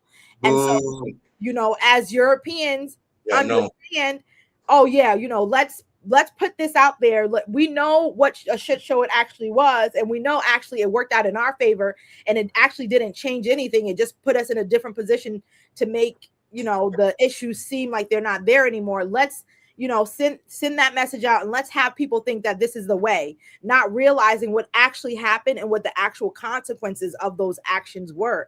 And so I think that there's a big re-education on South Africa that needs to happen, so people can really understand what the actual situation of South Africa is, because people only know the propaganda that's out there. Most people don't actually know until you actually go to South Africa and actually speak to other South Africans. But even as a Pan-Africanist, even as a person who may be learning all about different countries in Africa, who may be a Black nationalist, like, you will know as much as comes to you, and as much as and there's places that maybe you might focus on one region of Africa more than another, or you may know more in depth. And I think that's why it really shows the importance of political education that we all need, because there is a big lack of understanding about what the actual history and what the actual situation in South Africa is versus what is put out there in the mainstream media. And I did want to ask too, to the land question, thinking about indigenous people here and this idea of land back. Mm-hmm. You were just mentioning a little bit before how there is no separation between learning about religion and learning about science and all those things in the way that they've been separated in the modern, in the current education system. What can you talk to the idea of how people, because when we talk about the land, like the whites owning most of the land, can you talk a little bit about the view of land ownership, or like what is the relationship, and how do the different ethnic groups within Africa, within the southern colonized Azania, see land ownership indigenously from their own indigenous perspective? No, absolutely. And that really, again, is a great question, because that also goes down to the land issue, right? So again, this is why I went back in history, right? I went back in history because we do have to understand something called the Bantustans. The Bantustan system was not just a theoretical thing. For Bantustan, for those of you in the wider diaspora who don't know this term, think of it as reservations, essentially. And essentially what they argued was that, again, saying that, well, no, the Zulus, you stay here in this area. Of course, the worst land in the area, not the best area, but we give you this, we allow you to be here, and we basically box you in there. Then Boputaswana, right? You had other different groups that were put in different quote unquote homelands, right? And these homelands, right, were actually on like 20% of the land, and the rest was supposed to be white. The argument is you are separate African nations, and we are the ones who brought capitalism and development to you. And you literally, how it was back in the day, you had to get a pass to come, like a passport, to come from the homeland in what we would now geographically call South Africa, right? You'd have to get a passport or like a card to now legally come to Cape Town, Joburg, or the other urban centers to work. You understand? That is what was happening. So they were even then trying to say, instead of you guys, instead of ethnic, instead of being one nation, no, you are Zulu, you are Xhosa, you are, you see what I'm saying? If I go to where Steve Biko is from, right? Where Steve Biko is from, and I think now I'm gonna just quickly share maps for people, just because I think that people do need to see some of these things. People do need to see some of these things. Let me see. Yeah, here we go. Anyway, there we go. Share. So, can y'all see this map? No. Can No, you we can't. share Let it me see. with Let me see. All yeah, right. there we go. Yeah. I just brought it to stage. Can y'all see it? Yes, we Yeah. can see it now. Okay, so if y'all can see this map, right? This is very, very important, right? So, where's example Steve Biko, right? Where is Steve Biko from, right? This is what they call Eastern Cape, roughly. I could get a map that has some of the exact breakoffs, right? But we would say over here, right? Steve Biko, right, is from this area, right? This broader area, right? East London is here. You'd have to fly down here and go to King Williamstown. If I get if I get that, actually they've changed the name. I want to say it's to Icons. But for now, right? This is where Steve Biko's from, right? This area right here, right? Now, in the area where Steve Biko is from, where he is buried, right? I went there to go do research here when I was doing my PhD, right? I'm going to stop sharing for a moment, right? So I went there to go do my research, right? When you go there, right? Literally the workers who are working in the waged economy places there, which is mostly tourism because they don't have really any industry, right? In that kind of sense, right? They're all basically living in the townships outside of town, about an hour outside of town, or they're living in the, if you will, the ghetto in the hood, living over on top of each other like sardines, right across from where the Steve Biko Center is located, right? So literally, when I had to now go look for getting an Airbnb, most of the Airbnb owners, like 90%, were white. Even in the rural, in the Eastern Cape area there, right, which has generally been considered one of the most it was actually, if you will, conquered, I would say, by the British. In that sense, they conquered it in a particular way. They still control a lot of the land redistribution, how land is organized in that area. What they have done is, they, just like with Afro Americans, and living in the South has just opened my eyes so much to this, right? What they have done in the US South, and also among Black people generally in the US, is to convince us that we're not farmers. People all, as you know, want to go to the city. We think that living in the city is an easier life than having land and actually growing your own food and being responsible for yourself in this kind of way. That is what they have done. They're doing that in South Africa. So to your point, there are indigenous ways of knowing. Basically, yes, we don't in many of our peoples have a conception of private property. It is absolutely supposed to be the village councils and elders and those chiefs who are supposed to deal with the question of land redistribution. For us, like in my village in the north of Namibia, for example, you do not own land. What you quote unquote own, if you will, is what you build on it. Mhm. You understand? But the land itself, no one can own it. It's the people's. You understand? Now, what you are is you are responsible for the land.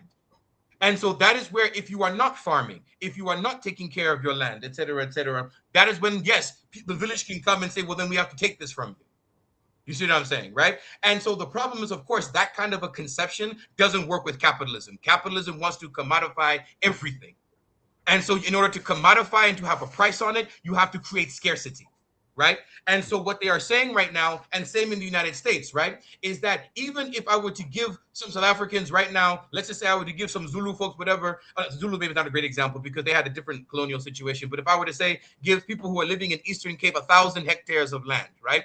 And if they just were, quote unquote, just were building villages on it, and if they were only producing for subsistence, you understand, not for export or to create a surplus, right? But if they were producing for subsistence, right? Legally, they would be called, they would be, actually, people would be able after some time to legally seize the land and say they are underutilizing the land. The land could be more productive and they are not as productive as they could be. In Namibia, something similar is now happening now, particularly around cattle, right? So for example, if you get a big ranch or a big piece of land, if you are not, if you will, producing for export.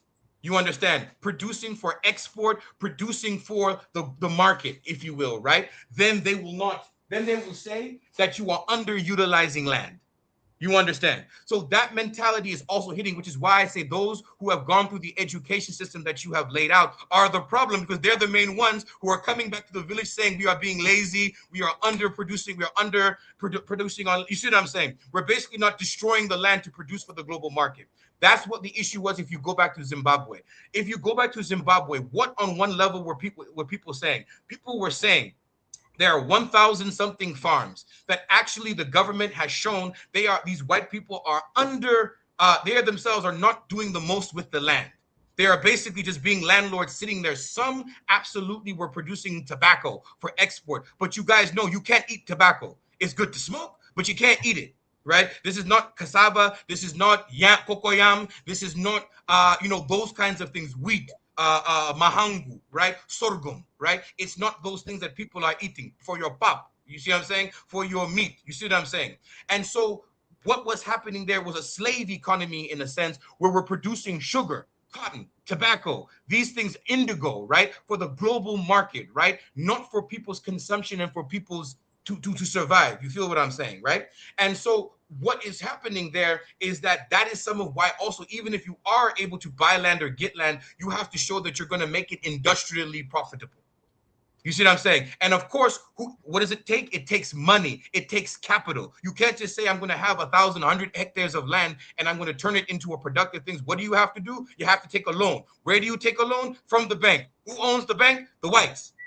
So at the end of the day, so for example, here's a number for people. 90% to 95% of all South African banks, same with Namibia, First National Bank, Standard Bank, they all actually have their home base, their home bank is in England, right? All the British banks, those are the two biggest banks. The other 5%, much of that market is controlled by the Afrikaner banks, the Boer banks. And then you have a few that are black owned. You see what we're saying? So where will you even get the loans with the right interest rate? You would get it in the white banks. If you can't pay back the loan, what happens? They take the land, right? So to your point, this is why we say sometimes the educated ones are the worst ones. You see what I'm saying? And then also what is happening, and this is tricky because in South Africa, because of the colonial situation, it was uneven in a particular way. The amount of penetration people had, and this is how they stoke some of the inter-ethnic rivalries, right? So example, Cyril Ramaphosa is Venda. He's from the northwest, right? He could be Venda, Pedi, Shangaan, basically from the northwest of the country. They are considered sometimes by the urbanized population the country folks. In the U.S., when someone calls you country, and even us in the African country, we know even amongst ourselves, I don't care if you're in a majority black, you're Zambia, Zimbabwe, Nigeria, Ghana, we ourselves carry that discrimination from cats who are coming from the village to the city. We know it's true. And that, as much as we can say the whites are at fault, and they are, we know we are doing that. And so what happens is that they are considered in that way backward, whatever, right? Zulus have generally been considered because, quote unquote, they weren't conquered in the same way as others. And this is where the Shaka Zulu thing that we all like, as much as we can like Shaka Zulu, he has been utilized to exceptionalize the Zulu, to say we are the warriors who were not conquered and who are the ones who kept our traditions, unlike you other Africans who were beaten. And we know that's true too in many of our countries. I can pick any African country and we have that group who is being constructed in that way. Not to blame Zulus, but just to say that this is how in the narrative it gets to be goes. So in Johannesburg when Cyril Ramaphosa was running, you guys should have seen what was happening. It was basically, I hate saying tribalism because I hate that word, but for lack of a better word, there was some of that because what it was representing, right, was that generally speaking, Johannesburg generally, the working class generally has been Zulu. And the Johannesburg generally is considered a Zulu strong, Soweto in particular. Generally, I want to say, right? Generally, right? All your gangsters, your big time gangsters and shit, they Zulu, right? And a lot of it is understood in those terms. But over the last 20 years, there has been a shift, 25 years, there's been a shift in demography where now, as I said before with the Mozambicans, the Zulus have been able to get more control, higher wages, certain types of things. And then the Pedi, Shangaan, other people have been pulled to Johannesburg as well. And so what has now happened is people are now saying in Soweto and Johannesburg, actually, those from the Northwest, the Venda, Pedi, and Shangaan are actually now the majority. You see what I'm saying? And so there's that conflict that people also say that no one talks about in terms of anti-African-ish stuff. They're also fighting. When I was there, I was in Soweto. Literally, I had come a day after there had been some horrendous violence between those Zulus, those who are Zulu migrant workers, and then Pedi, Venda, and Shangan. They were attacking some of these people. And no one was saying, oh, anti-African violence then. You just say tribalism. So tribalism, anti-Africanist, black on black violence. None of these three terms is useful in certain ways, right? To actually understanding the deeper thing of what's happening here, right? There was also violence there. And so even Ramaphosa's election was sort of, people turned to Ramaphosa within the black community in ways because they're saying we're tired of these bullies, the Zulus. Particularly, you see what I'm saying? I'm not saying that's right. I'm not saying I agree, but you guys know I could say whatever I want to say. People have a perspective, they have a perspective. You see what I'm saying? And so that is actually really what's happening. Those of you who know what's happening in Kenya, right? In Kenya, in Tanzania, it's the same, it's very similar.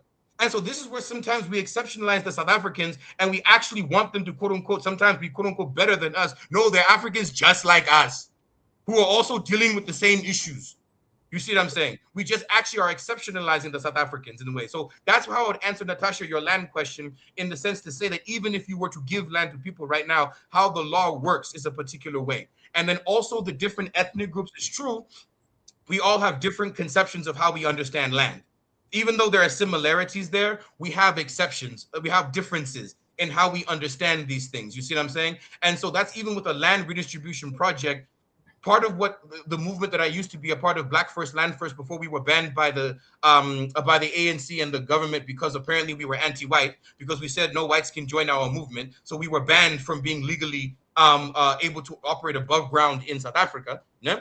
Part of what people were saying is what government needs to do is actually not even be necessarily giving people land, but should be the referee of the redistribution. Right? All of you will know that the people in the areas know which family lived here traditionally. All of us know. And so to actually allow the ground forces themselves to make the redistribution, even though it wouldn't be perfect. But the problem is, if we do that, they will put sanctions on South Africa immediately. And then everybody will say we're killing whites. Remember what Trump said? He said that the whites are being genocided in South Africa. Shit, I wish that was true. I fucking wish that was true. But the reality is that they are simply using that as a fear. You don't hear him saying anything right now, do you? Is he talking about anti-African xenophobia right now, Trump? No. Because they have now gotten what they've wanted. You see what I'm saying? So now he doesn't have to say anything. The Africans ourselves, who rightfully are angry and disappointed by what's happening in South Africa, we will do the work for them, as we are, which is why I wanted to say something right now, and I wanted us to sort of, with our perspective, inject something different into the discussion. Right? Which is not to say that the violence isn't real and it isn't painful. It is painful and it is very much fine. If you want to call it xenophobia and if you want to call it anti-African, is fine. But those two terms will not solve the problem. Thank you so much, Tavo, and hold your thought right there. And let me just add something here. And both of you got, said something, and it brought this to my attention. Especially you talk about the tribalism issue, right? And you keep emphasizing on it, and it brought this to my knowledge.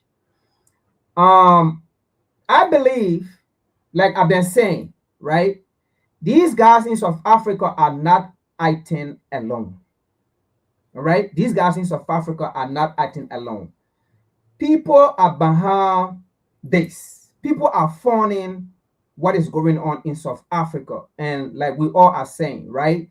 To bring Africans against each other on the African continent as they sit and watch and say nothing, right?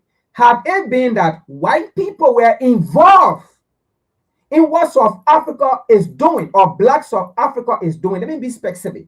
Had it been that white foreigner as well in South Africa, because as we know, white people in South Africa are foreigner. We know how they got there, and we know how they are getting there. We know how they are coming there, right? Had it been that Black South African as well were chasing white people, I can tell you, by now, I know you mentioned something about Donald Trump, but now they have spoken. By now, they have been on various platforms, and even BBC, CNN, by now they have picked it up. By now, world leaders have come out. By now, the so-called international community have come out, right, to speak about it, right? But you see, like you're saying, they are silent because it seems, I don't want to say it is going rightfully. it seems to them it is going rightfully as they want it. Now, let me say this. I want to believe the reason why the Zulu tribe was taken specifically to lead this mission is because, right, worldwide, I'm not saying people does not know other tribes in South Africa, no. But worldwide, to the extent the Zulu have been put in movie like The Lion King, right? So basically, people know the Zulu tribe in South Africa. And basically, people know that the Zulu tribe is one of the leading tribes in South Africa. So if they are chosen for this particular purpose, right? For this particular purpose, most of South Africa, right, will wake up and follow the trend, and it will work the way in which they want it to work. Now, you guys also mentioned something about farming, and Tafo, if you can bear with me, you also mentioned something about, people are saying South Africa or South African are lazy, right? The system, there's a video that I watched from an European lady, and she said, if you want to put the African against each other, you don't have to go to recolonize them. You don't have to go to divide a continent. White people don't have to go do it. All right? White people don't have to go and report black people into slavery again. She said it. She said, you don't have to do that. The system have already been laid. All you need to do is come out with an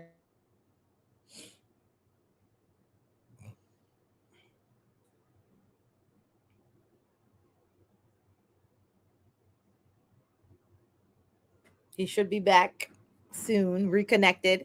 But in the meantime, I did want to say something in relation to. Oh, you're back. Wait, no. Yeah, the internet. So, as you said, right, all you need to do is, right, just come out with new, how to call it, idea and make the African themselves to fight among each other, to go against each other. And then we sit and watch. But if we ourselves, we say we are going to oppress them, right, they are going to unite them more, because they will go back in history and say, hey, white people did this, and they are still doing it. So if we can come out and make them to hate each other and then sit and watch as they destroy each other, right, they can do our work for us. And the European lady said it. Now, let's come back to the land issue in America here. People will say, or most people will say, African American are lazy. They don't want to work. They don't want to this. They don't want to that, right? But let's go back to history again. And Tafo, I love the fact that you went into history to put our history, right? As we discuss, or as we analyze the situation in South Africa as well. You see, the problem of black people worldwide, right? Our issues are related, right? Our circumstances are related in every way and are being dumped by the same oppressor over and over and over and over. Once upon a time, right, black people in this country, they were the people on the plantation. Once upon a time, black people in this country, they were the people who produced food, right, who invented things in this country here. But out of a certain, you no longer see black people doing it. So how can we come and say, but black people were the one on the plantation, and then come and say, oh, black people are lazy, they don't want to farm, right? Now, let me say this. It came on time, right? All black settlements were being destroyed. We know of the Wall Street, the Black Wall Street. We know of Oklahoma, right? We know all these places, right? Even we know about the moon bumping, Philadelphia, all those places, black settlement and things, right? And then we know that it came a time when black people were getting their freedom, right? I mean, taking their freedom. I don't want to say taking their freedom, right? It came a time when they were taking their freedom. They said, okay, you know what? Now we are making farm for white people. We are producing for black people. It is about time that we take our freedom, right, and produce for us and boom our economy. It came a time here. I mean, black people even had their own helicopter and all of those things, had their own plane and all of those things, had their own businesses and all of those things that were booming, that were hiring black people, okay, making farm. What did the white system do? The white system began, right, to give a seed that was not productive to black people. So in that locality, what it did, white people went, right, and monopolized the seed that you use. What in this world that you should monopolize a seed and then distribute it to farmer? So when they did that, they monopolized it, and then they took the bad seed and gave it to the black farmer. And then when the black farmer go to the farm, and then they don't produce nothing, right? They don't give them a pesticide to control and all of those things. So they never gave them loan. You talk about loan. They never gave them loan and those things. And then in doing that, what it did, they suppressed their economy. They burned down their businesses. They looted their businesses. All right. And then came back and say, black people are violent. When you went and looted black people's store businesses, and then came and say black people don't want to work, when you destroyed their economy, took them their economic power, and then went back to cost 90, and then come back and say black people in the US are lazy. And that's why sometimes before you talk about something, you have to understand the root cause, right? Now, let's go back to the African continent, because the same thing came playing water in Africa or water out of Africa, right? The same system keep playing. Now, the same people will go on the African continent and kill all of our good leaders, and then leave in place the bad leader, the corrupt leader, and then work with the corrupt leader. And then they will come back and sit on a national platform and then write book, make movie, write stories, and then says Africans don't know how to lead. Africans are corrupt. But you went and killed our great leader who's supposed to lead. You killed him. Then how can you come back and blame us of the failures of Africa? Did you see that? Did you understand that? You killed Gaddafi and then come back and blame Africans or Libya about how Libya is today. Right? You fund terrorists and things, destroy Sudan, and then come back and say and blame African about Sudan. You support terrorists, right? War again, like you train how they call it Kagame and things. Yuri Museveni today. Look at DRC Congo, and then come back and blame the people of DRC of their circumstances. You see, so the same system keep playing on black people, whether in Africa or out of Africa. It keep playing all at the same times and thing, and we sit and watch and see things going on. Look, folks, this thing is no different. They will put sanction on African nations, right, on African leaders, and then come back and blame that government that they put sanction on that government is not doing the right thing for 8 people. That government is not functioning right. But meanwhile, you just with the government. You just hold the government. All right? You just hold the government from doing nothing to 8 people. But then come back and say the government is bad when you have tied the government too less, tied the government too foot, and then you tell other nation not to make business with our country, and then you stack the country economy, and then come by and blame the nation just because that nation failed to carry on your policy. So again, the issue here is, right, what we're trying to make people to understand. The issue in South Africa, by now, black people, African worldwide, we should understand that this is something funded against the Africans masses. It's not just about the Zulu taking piece of steak, running around, wearing some Zulu clothes, Zulu culture, and then running around, being people, this, that, and whatsoever and things, right? The Zulu tribe were purposely taken because of their influence, and they are using that very good to the satisfaction, right, of the oppressor. Go ahead. Anything, Natasha, you want to add? And then go ahead. Natasha, Yeah, please. I'll add a little bit because I know we're close to time, but I just wanted to connect to some of what Toivo said before, and then also what you were bringing up, Frank, in terms of the way in which we're seeing a lot of this happen. The same thing happen, slightly different in different places, and what we have to remember is, so to Toivo's point, I'm gonna try to speak in a way that connects all of this. When he mentioned how the laws when it comes to land and, you know, what it means. Like it has to be, if you're not, you know, doing something industrial to it, you're not using it, and therefore, you know, it could be taken from you. That comes directly out of when we think about the term terra nullius, that when the colonists, when the Spanish were colonizing, were going out there colonizing, and they use this term terra nullius, meaning empty land, and saying that, oh, if the land isn't being used, quote unquote, the way that they see that it should be used, then you can take it, right? This idea of empty lands.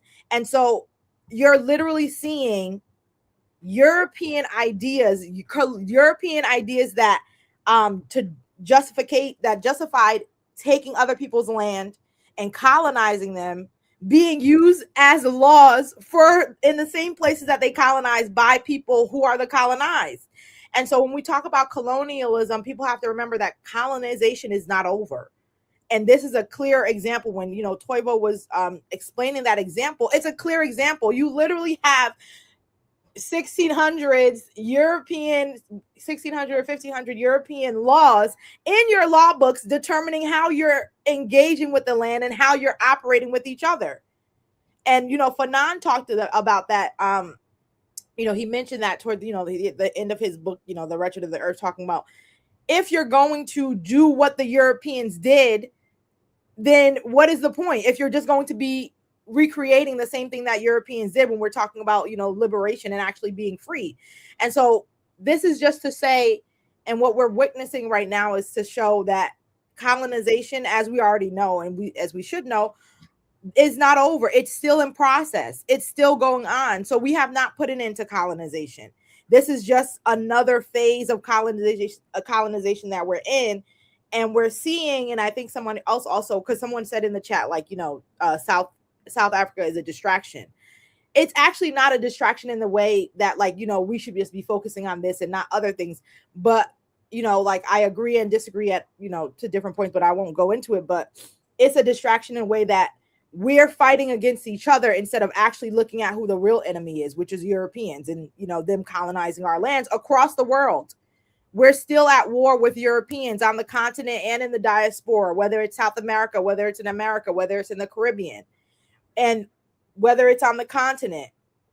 And so thinking about that in the way in which we're continuing to in the way in which colonialism continues right now, and even when we're thinking about somebody else also said in the comment, you know, thinking about those in the north, when we think about the idea that, you know, Africa as a whole is you have North Africa and then you have sub-Saharan Africa.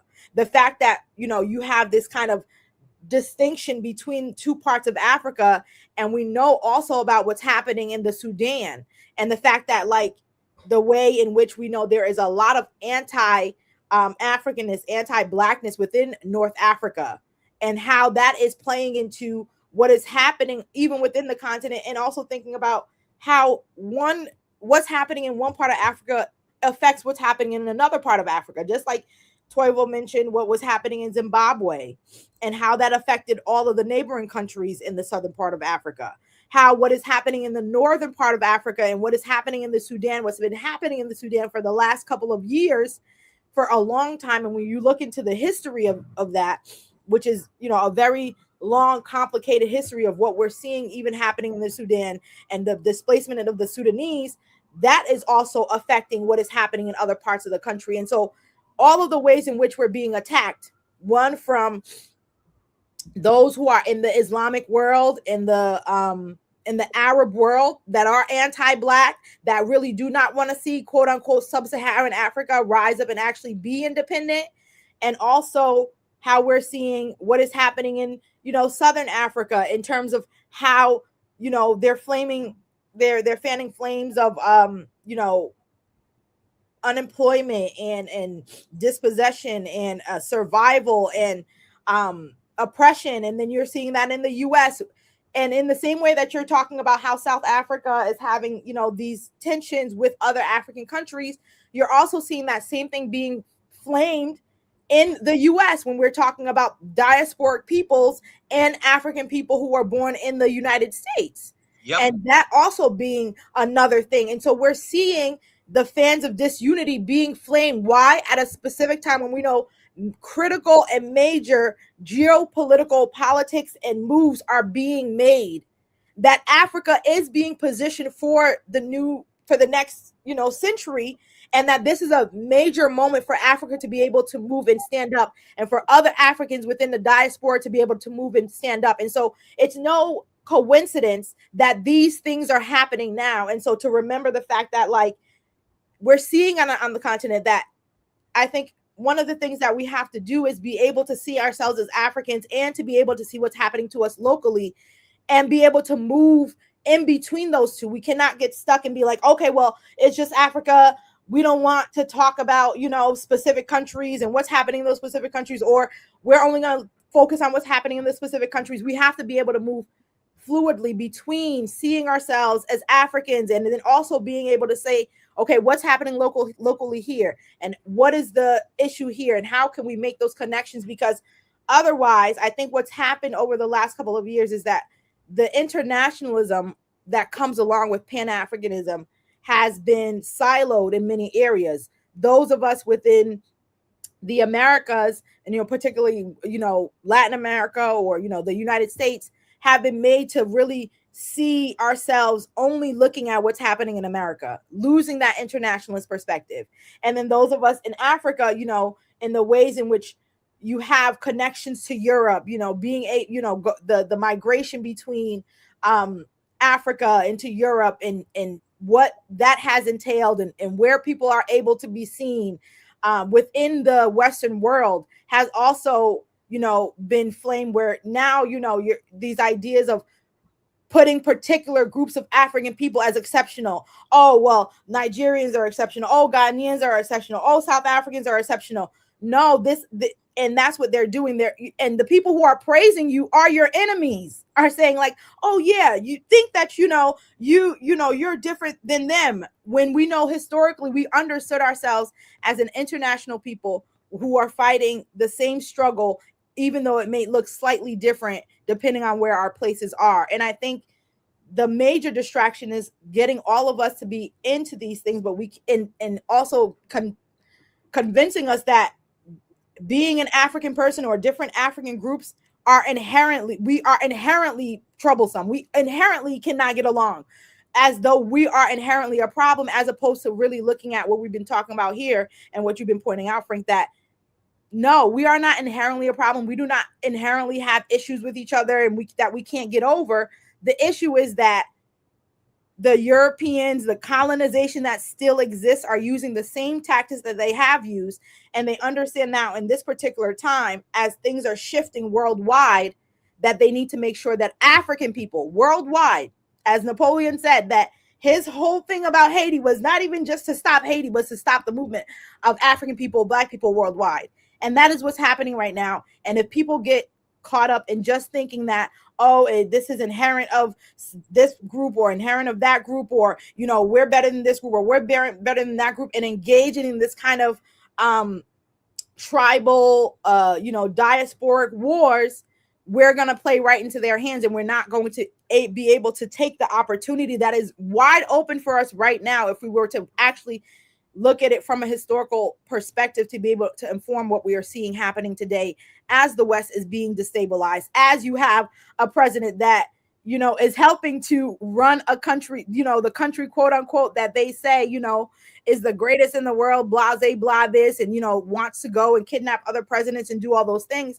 It's in a vulnerable position. But if you're unable to see that, because you're falling into the trap of, thinking that we're this and we're different, and that we need to be engaging in these instead of engaging in a historical analysis and learning and in political education that makes us understand we have been united. When Kwame Nkrumah came to the United States, it wasn't on diasporic wars and thinking that. No, it was about unity. When we had our Pan-African meetings, we did that as a group of Africans, even knowing the differences, understanding that no group of people, no matter who you are on this earth, Europeans to be exact, who fought each other, killed each other, genocided each other before they went on to their, to do it to the rest of the world, we're able to even still with all those differences come together and decide, well, we want to be the ones who are ruling the world, and so let's put those differences aside as they still do, to make sure that they maintain power.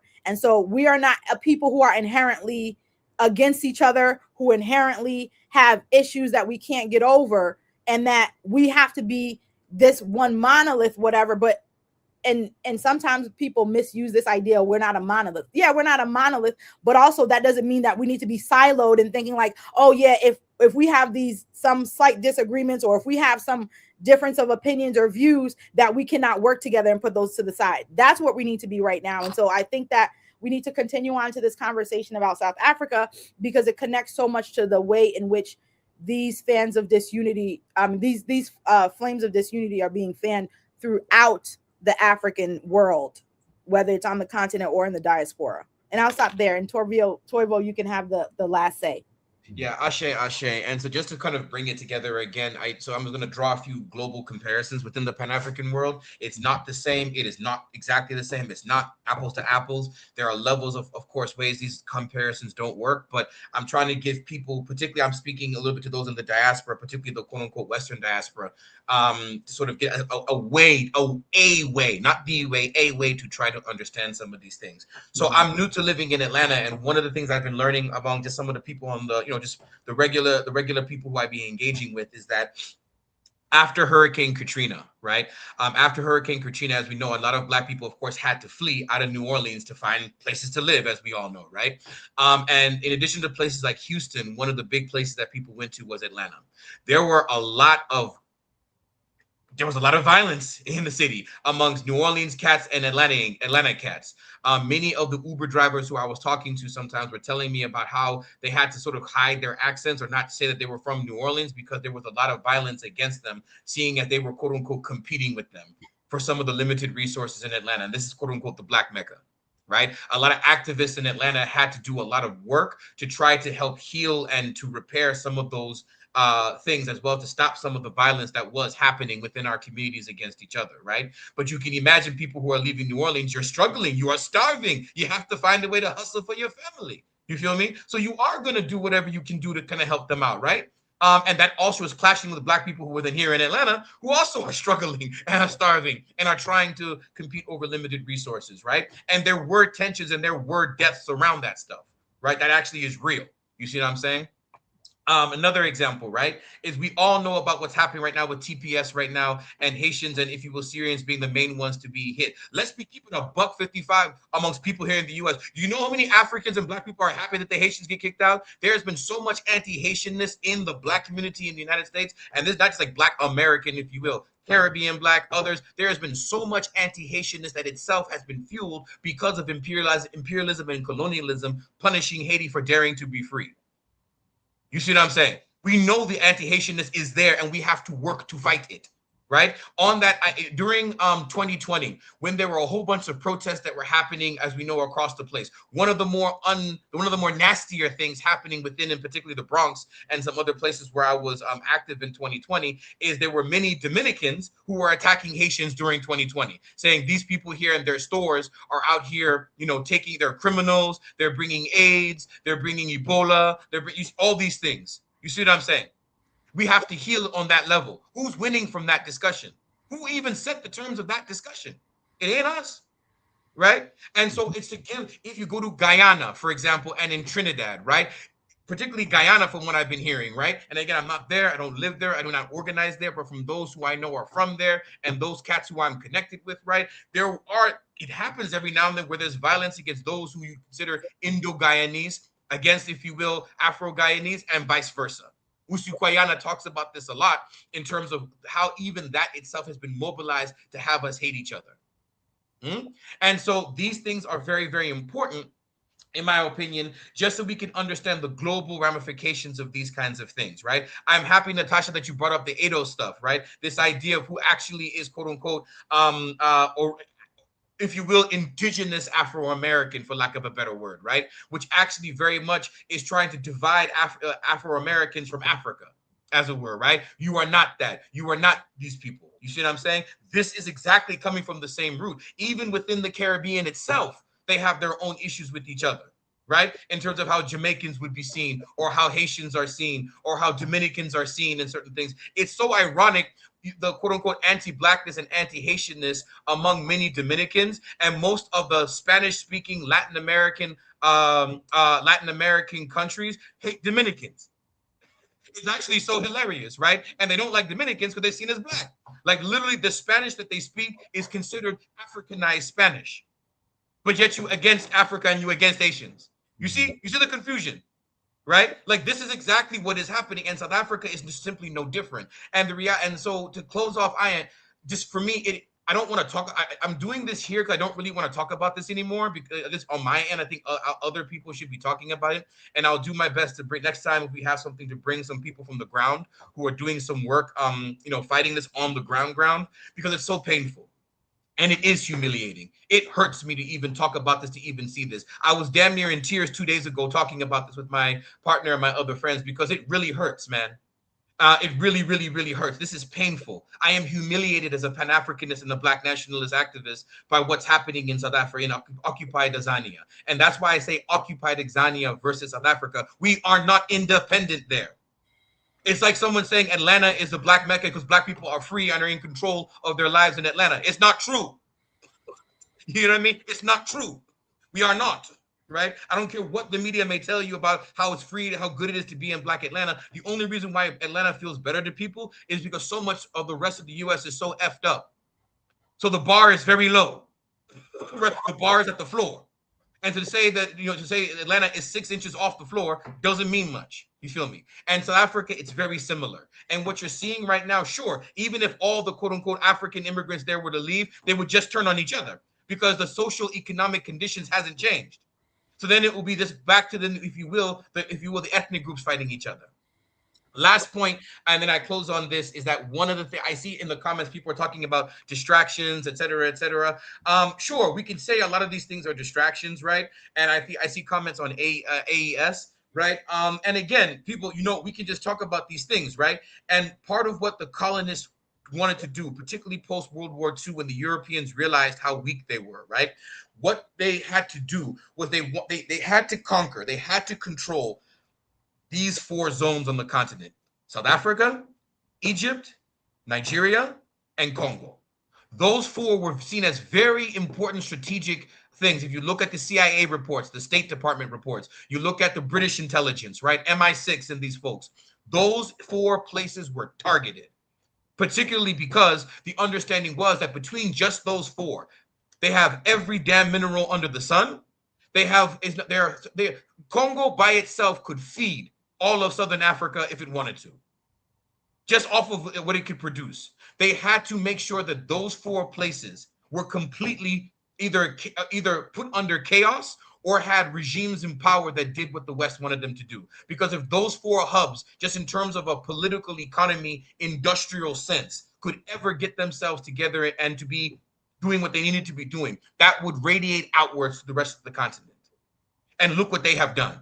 Congo, Nigeria too, right? It's as if, for example, what's happening in South Africa, many of my Nigerian friends will go on and say, hey, well, it's not Christians versus Muslims. Is that true? Or is it Yoruba versus Igbo? Huh? We all remember Biafra. We remember what has been happening even before then, right? These are the ways they are trying to divide everything up. So AES, I'm sorry, I see the person in the chat talking about AES. The reality is AES will fail if the rest of the continent fails. So the AES, they will not be able to do anything if us in Southern Africa, East Africa, North Africa are all colonized and are killing each other. It would just spread to them.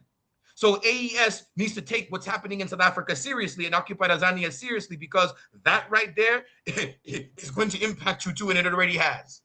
So that's why I'm saying we are all interlinked. It's why we must heal Haiti and Dominican Republic. We must heal that, because that thing is radiating outwards. Brazil right now, the largest black population in the world, just in terms of numbers, outside of Nigeria, is in Brazil. Do you see any black leaders in the Brazilian government? Even under the person Lula, who all these leftists tell us is a friend of the blacks? Right? Do you see them having land ownership, or are they living in the favelas and the hoods? Are they living there without land? Even though there are treaties around quilombos, go ask them if blacks feel empowered, even in Salvador, in Pernambuco, in Bahia. So this is right. Colombia right now, they've elected the reactionaries into power. There are black people in Colombia too. You see what I'm saying? So I think we need to look at it in a broader sense that we are all interconnected. So AES will fail. I say it to the one in the chat in the comment who's speaking about AES. It will fail if Azania fails. And Azania will fail if AES and other different things around the continent and the African world fail. We are all interconnected in that sense, and we all must do everything we can do to ensure each other's success, because that, again, we are an interconnected people. The chaos of war will just spread. You see what I'm saying? And as a Namibian myself, we have to watch what's happening there, because we have also flirted with this kind of rhetoric ourselves. The only thing that makes us a little bit different is our population is less, our economy is smaller, and because of the desert nature of our country, the majority of the people are either in the capital or in the north where I'm from, and so that changes some of these dynamics, right? But some of that tension is also there, particularly with this gas and oil that they've discovered in Namibia. What does it mean to redistribute that among the masses? Okay. So with that, I just give my love, prayer to all my friends and comrades in Azania. I have friends who've messaged me, who I see their messages, their fear, just the pain, how humiliated they are, just how unwanted and how confused they are. And I hear you, and it's just sad. It really breaks my heart, right? And I don't like Malema, but I do agree with him on one level, just begging people for forgiveness, to say, just forgive us and we are sorry, because this is wrong. And I'm so sorry that this is happening, and I am humiliated that this is happening. The only thing I can do is to give people some of the histories and some of the social context around why it is happening, and to reemphasize that for us who are Black nationalists, if we fail in the United States, if we fail in the Caribbean, if we fail in Brazil, if we fail in AES, if we fail in Azania, this is what's going to happen. This is the cost of our failure. And quite frankly, you cannot just begin. So it also means those of you in the past who were supporting ANC, Mandela, then this is your fault too. You must take ownership for supporting bluntly the wrong movement. This is also when we have our internationalism, we must make sure that we back the right movement. If you back the wrong one, just like South Africa did, that's what people did with South Africa, this is what now happens. People backed the ANC. People were forced to back the ANC in many circumstances. And this is now all their fault. It just simply is. And so if people are thinking about solutions and people are talking about boycotts, I don't actually mind the boycotts, not because it's going to impact the Black folks, it's because it's going to impact the whites. So quite frankly, I have no problem with the boycotts, precisely because it will target those whites. That is what must happen. Okay, so with that, I mean, I just believe in the future. I know we have activists on the ground who are trying to heal some of the tensions there. I still am hopeful, but the last few days and weeks really have been very hard, and I'm just so sorry to everyone who's been impacted by this violence. As a Black nationalist, as an Azanian Black nationalist, as a Pan-Africanist, we are sorry, and we have to do better. All right, thank you, Tavo. Before we leave, right, I have a video. And by the way, let me make this clear to South Africa, right? We are not saying what you are fighting for, right? We are not saying it's wrong. Could it be that you are fighting the wrong people? Basically, that's what we're trying to say here. Could it be that you are fighting the wrong people? Could it be that you are going against the wrong people? Could it be that you are not really solving the problem because your economy are not being held by the people you call foreigner, right? Could it be that the government is silent because the government know that they have failed, and it is in the government favor that you are not targeting the government, you are not asking the government, you are not cautioning the government, but you are going about the wrong way? Because imagine, election is right around the corner, the South African election is right around the corner sometime next year or so. So could it be a distraction, right? Now, what we have discussed here, right, is not that we are supporting foreigners. That's not what we're trying to say here. We want you to understand the game that is being played on the mind of African people every time, right? Now, we want you to watch this video, right? This video also shows statistics about the crime rate, who commit crime and whatsoever in South Africa, because the belief of the protester, the belief of the anti-immigrant believer is that immigrants are the one creating the problem, are the one bringing in the drugs, are the criminal and all of those things, right? Because that's the narrative that, or the hook that is being used. Again, Natasha Tavo, thank you so much for this discussion. And, it was very great. And I see the interaction, the comments, and all of those things. I see, the our people that are, watching their view and all of those things. And I see, this discussion. Like you said, I didn't want to discuss of Africa. I have said I don't want to discuss it because it's meaningless. But again, you took a different perspective, like you want us to analyze it. And thank you so much for bringing this out. And if you have another topics, anytime, and so just hit us out. We're going to make sure we come out here. But having said that, let's discuss this video so that we can put this thing to rights.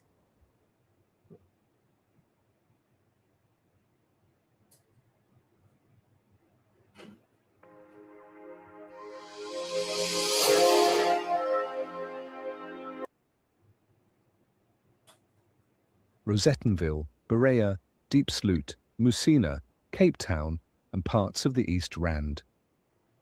But is it true? This helper asks one question only. Do foreigners commit most crimes in South Africa? Not whether some foreigners commit crime, some do. Not whether some foreign nationals are involved in drug markets, counterfeit goods, illegal mining, vehicle smuggling, document fraud, or cross-border trafficking. Some are, but that is not the claim being made on the street. The street claim is bigger. The claim says foreigners commit most crime in South Africa. That is not a feeling question, that is a numbers question. This is an audit. No slogans, no toying. The numbers matter. The structure matters. Let us start with the control before immigration is even introduced. South Africa already has an extreme violence baseline. According to the South African Police Service, from October to December 2025, South Africa recorded 6,351 murder cases. That is in 1 quarter. 3 months, about 69 murders per day. In the same quarter, the country recorded 175,210 contact crime cases. Contact crime includes murder, attempted murder, assault with intent to cause serious bodily harm, common assault, sexual offences, common robbery, and robbery with aggravating circumstances. So the first point is this. South Africa is not a low-crime country suddenly distorted by foreigners. South Africa is already a high-violent society before the immigration question is added. Now compare that to the global control.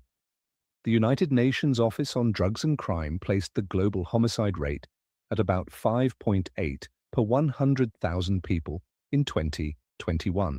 Africa's regional homicide rate was about 12.7 per 100,000 people. The Americas were about 15 per 100,000 people. Europe, Asia, and Oceania were far lower. Now look at South Africa on the World Bank. Indicator sourced from the United Nations Office on Drugs and Crime, South Africa's most recent homicide rate observation was 43.7 per 100,000 people in 2022. That is the control point. South Africa's murder rate is not just high by local emotion, it is high by international comparison, so the proper question becomes sharper.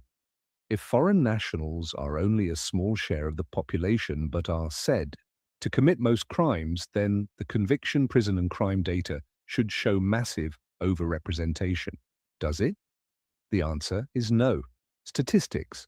South Africa's census. 2022 recorded 2,418,197 people born outside South Africa. The total population was about 62 million. That means foreign-born residents were about 3.9% of the population. A small minority, Zimbabwe was the largest sending country, with just over 1 million Zimbabwe-born residents recorded in South Africa. Now pause there. If a population group is about 4% of the country, but the claim is that it commits most crime, the evidence would have to be overwhelming. Not vague, not emotional, not based on one video, not based on one arrest. Overwhelming, but the available evidence does not support that claim. Africa Check reviewed available data and reported that undocumented immigrants made up, on average, just over 2% of people convicted of crimes over a 5-year period. The Institute for Security Studies also found no evidence that foreign nationals are responsible for most crime in South Africa. It cited prison data showing that foreign nationals made up 7.5% of people in South African prisons at the time of that analysis. 7.5% is not zero. 2% is not zero. But neither number is most. That is the audit line. Foreign nationals are present in the crime system. Some foreign nationals commit crimes. Some undocumented migrants commit offences. Some syndicates include foreign nationals, but the available evidence does not support the claim that foreigners commit most crimes in South Africa. Now, this is where the story becomes complicated, because some crime types are highly visible when foreign nationals are involved. In Johannesburg, especially Hillbrow, Yeoville, Berea, Rosettenville, and parts of the inner city, public concern often focuses on drug dealing, counterfeit goods, undocumented trading, hijacked buildings,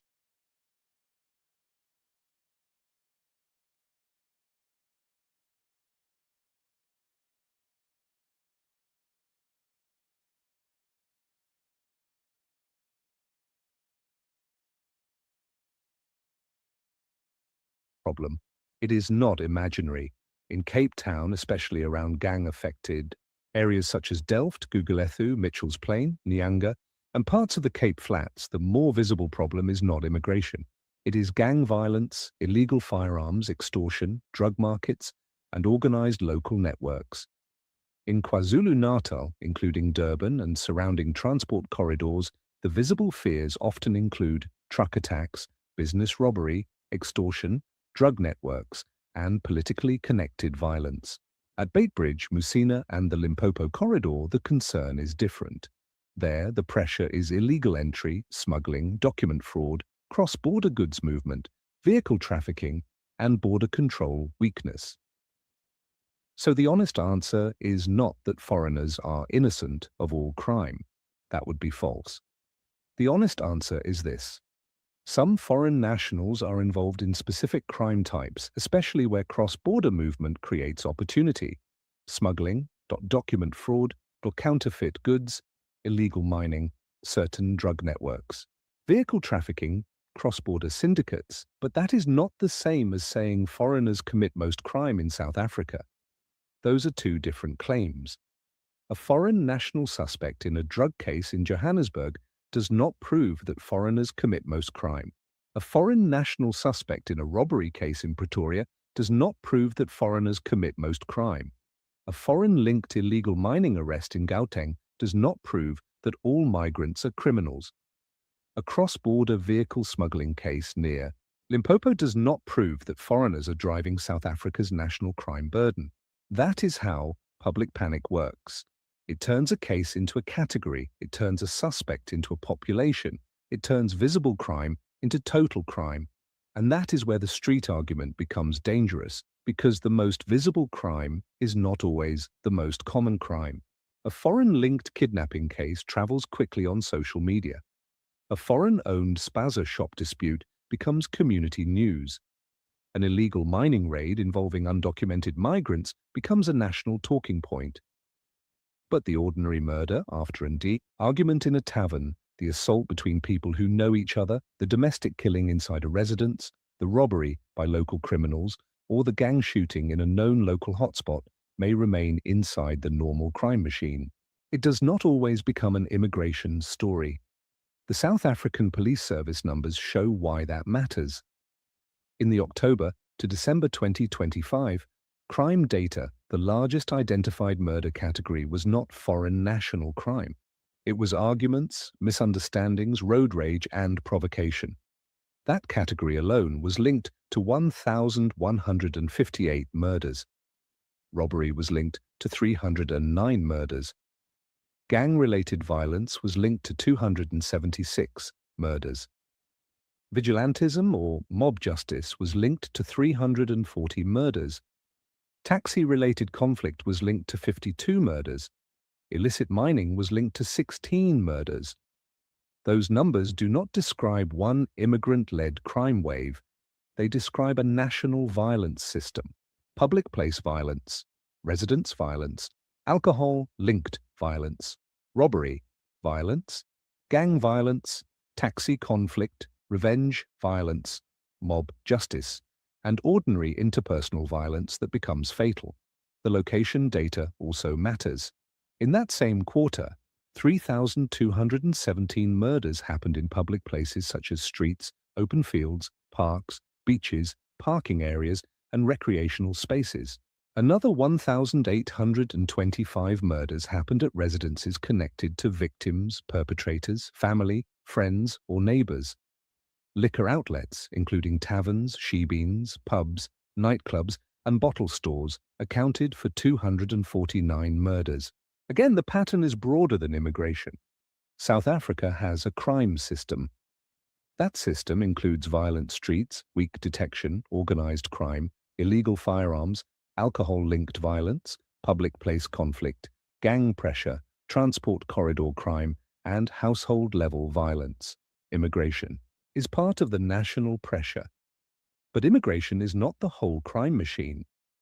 The Kopje Journal and Review understands this to mean that South Africa's crime debate is being compressed into immigration language because immigration is visible, emotional, and politically usable, but the numbers do not support the slogan. Foreigners do not commit most crimes in South Africa. South Africans commit most crimes in South Africa. That does not mean migration management is irrelevant.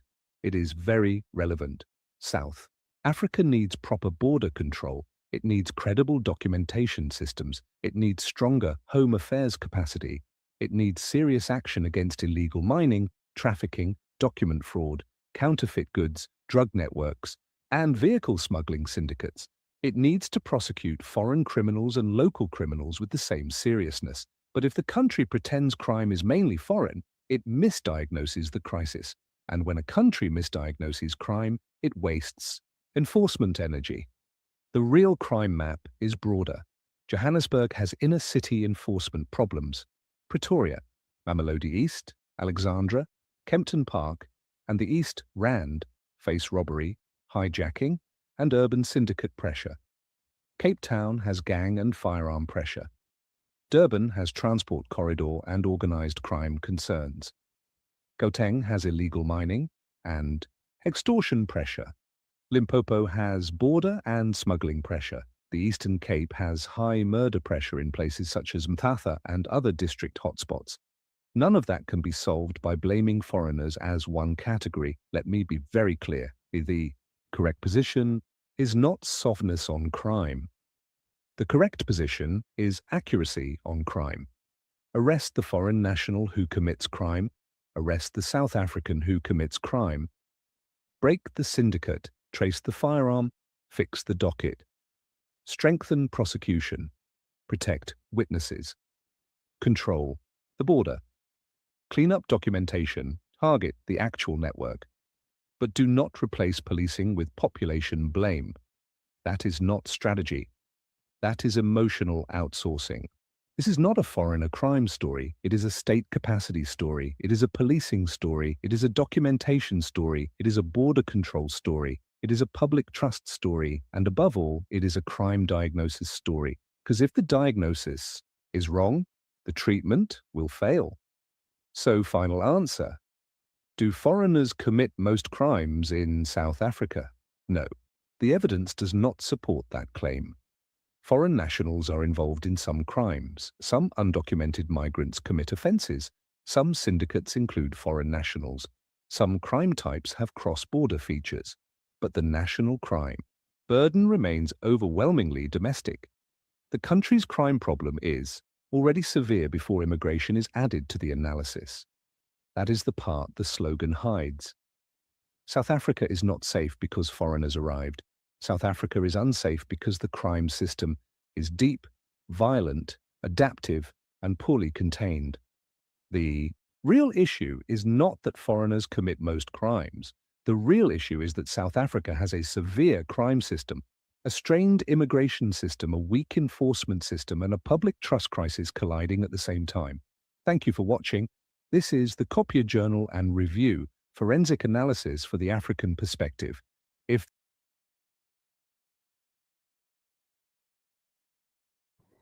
All right, folks. Once again, this is WCC every Saturday or Sunday. Once again, I am your host. This is Frank, and thank you, Natasha, to be on, and Tovia, thank you so much for this great topic that you brought out for us to discuss.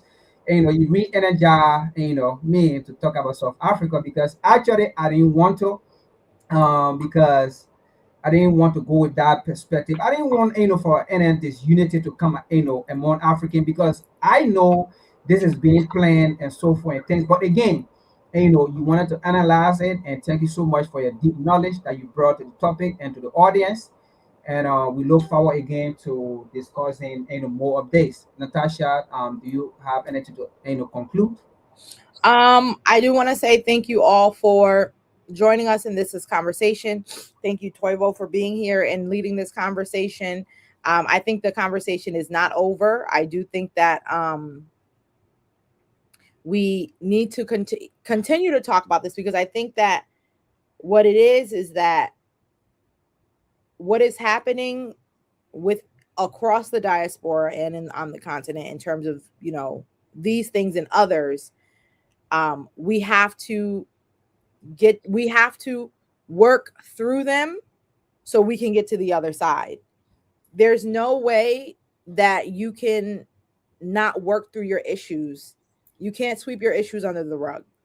There's the work that we have to do internally so that we can beat our enemy, like they mentioned in someone mentioned in the chat. Yeah, the major crime committers of this world against people and the planet in general are Europeans, and that they've got some of us to support them in that and to also engage with them in that. And so within ourselves, we have to fight. There's an African proverb that says that if there's no enemy from within, no enemy from without can hurt you. So while we're doing this, we have to fight on both ends. We have to fight through the stuff that we have to fight through so that we can heal together and work together. Like Malcolm said, there could not be any black-white unity until there is first black unity. And so in order for us to get to that point of unity and to the things that we have to settle our quarrels, and we have to come to learn and understand what's going on with each other, come to learn and understand the histories that have affected us, the white supremacist mentality, that capitalistic Euro-Christian white domination mentality that has been internalized on different levels by us in different places, that is causing some of this and that they're able to benefit off of. So we have to heal, and the way that we're going to heal is to be able to have these conversations honestly, with historical context and understanding and clear eyes, so that we can be able to move past these issues, so that we can unite, so that we can fight the ultimate fight, because that's the time that we're in. That's what we're moving towards. So I appreciate the conversation. I appreciate everyone for being here. And let's continue to, work through this. It's hard work, but it has to be done. Thank you so much, Natasha. Tove, you still on? You want to give 1 minute and then close it out? We'll leave. Yeah, Izweletu e Africa. That's what the PAC said. Essentially, whose land? Whose land is this? Africa, right? Izweletu e Africa, right? And that's what the PAC said, and that's what I want to go back to. Like, we are all in this together. And so I think also as Africans and Pan-African peoples, part of what that also is we have to see what's happening down there in occupied Azania as also part of our own struggle, right? It's an internal family thing. So I don't divorce myself from what's happening there, the good and the bad. That's also, if there's a little critique of internationalism sometimes that I would give, is that sometimes we only want to take the quote unquote good things, but then we want to ignore the effed up stuff. And I think we can't do that. We have to do all of it. And so I take responsibility for what's happening there because I believe in United Africa and an African world. So the negative, we have to be responsible for it, as well as uplift the positive. Thank you so much. Thank you guys for being on here, and to the viewer, to our supporter, to the family. Thank you so much. This is today's presentation that we had to give you to bring out. Again, you be the judge. Was it great? Is it worth? Did we speak the truth? Were we biased? It's up to you. We want to see your analysis in the comment section after the recording. See you all, guys. Peace.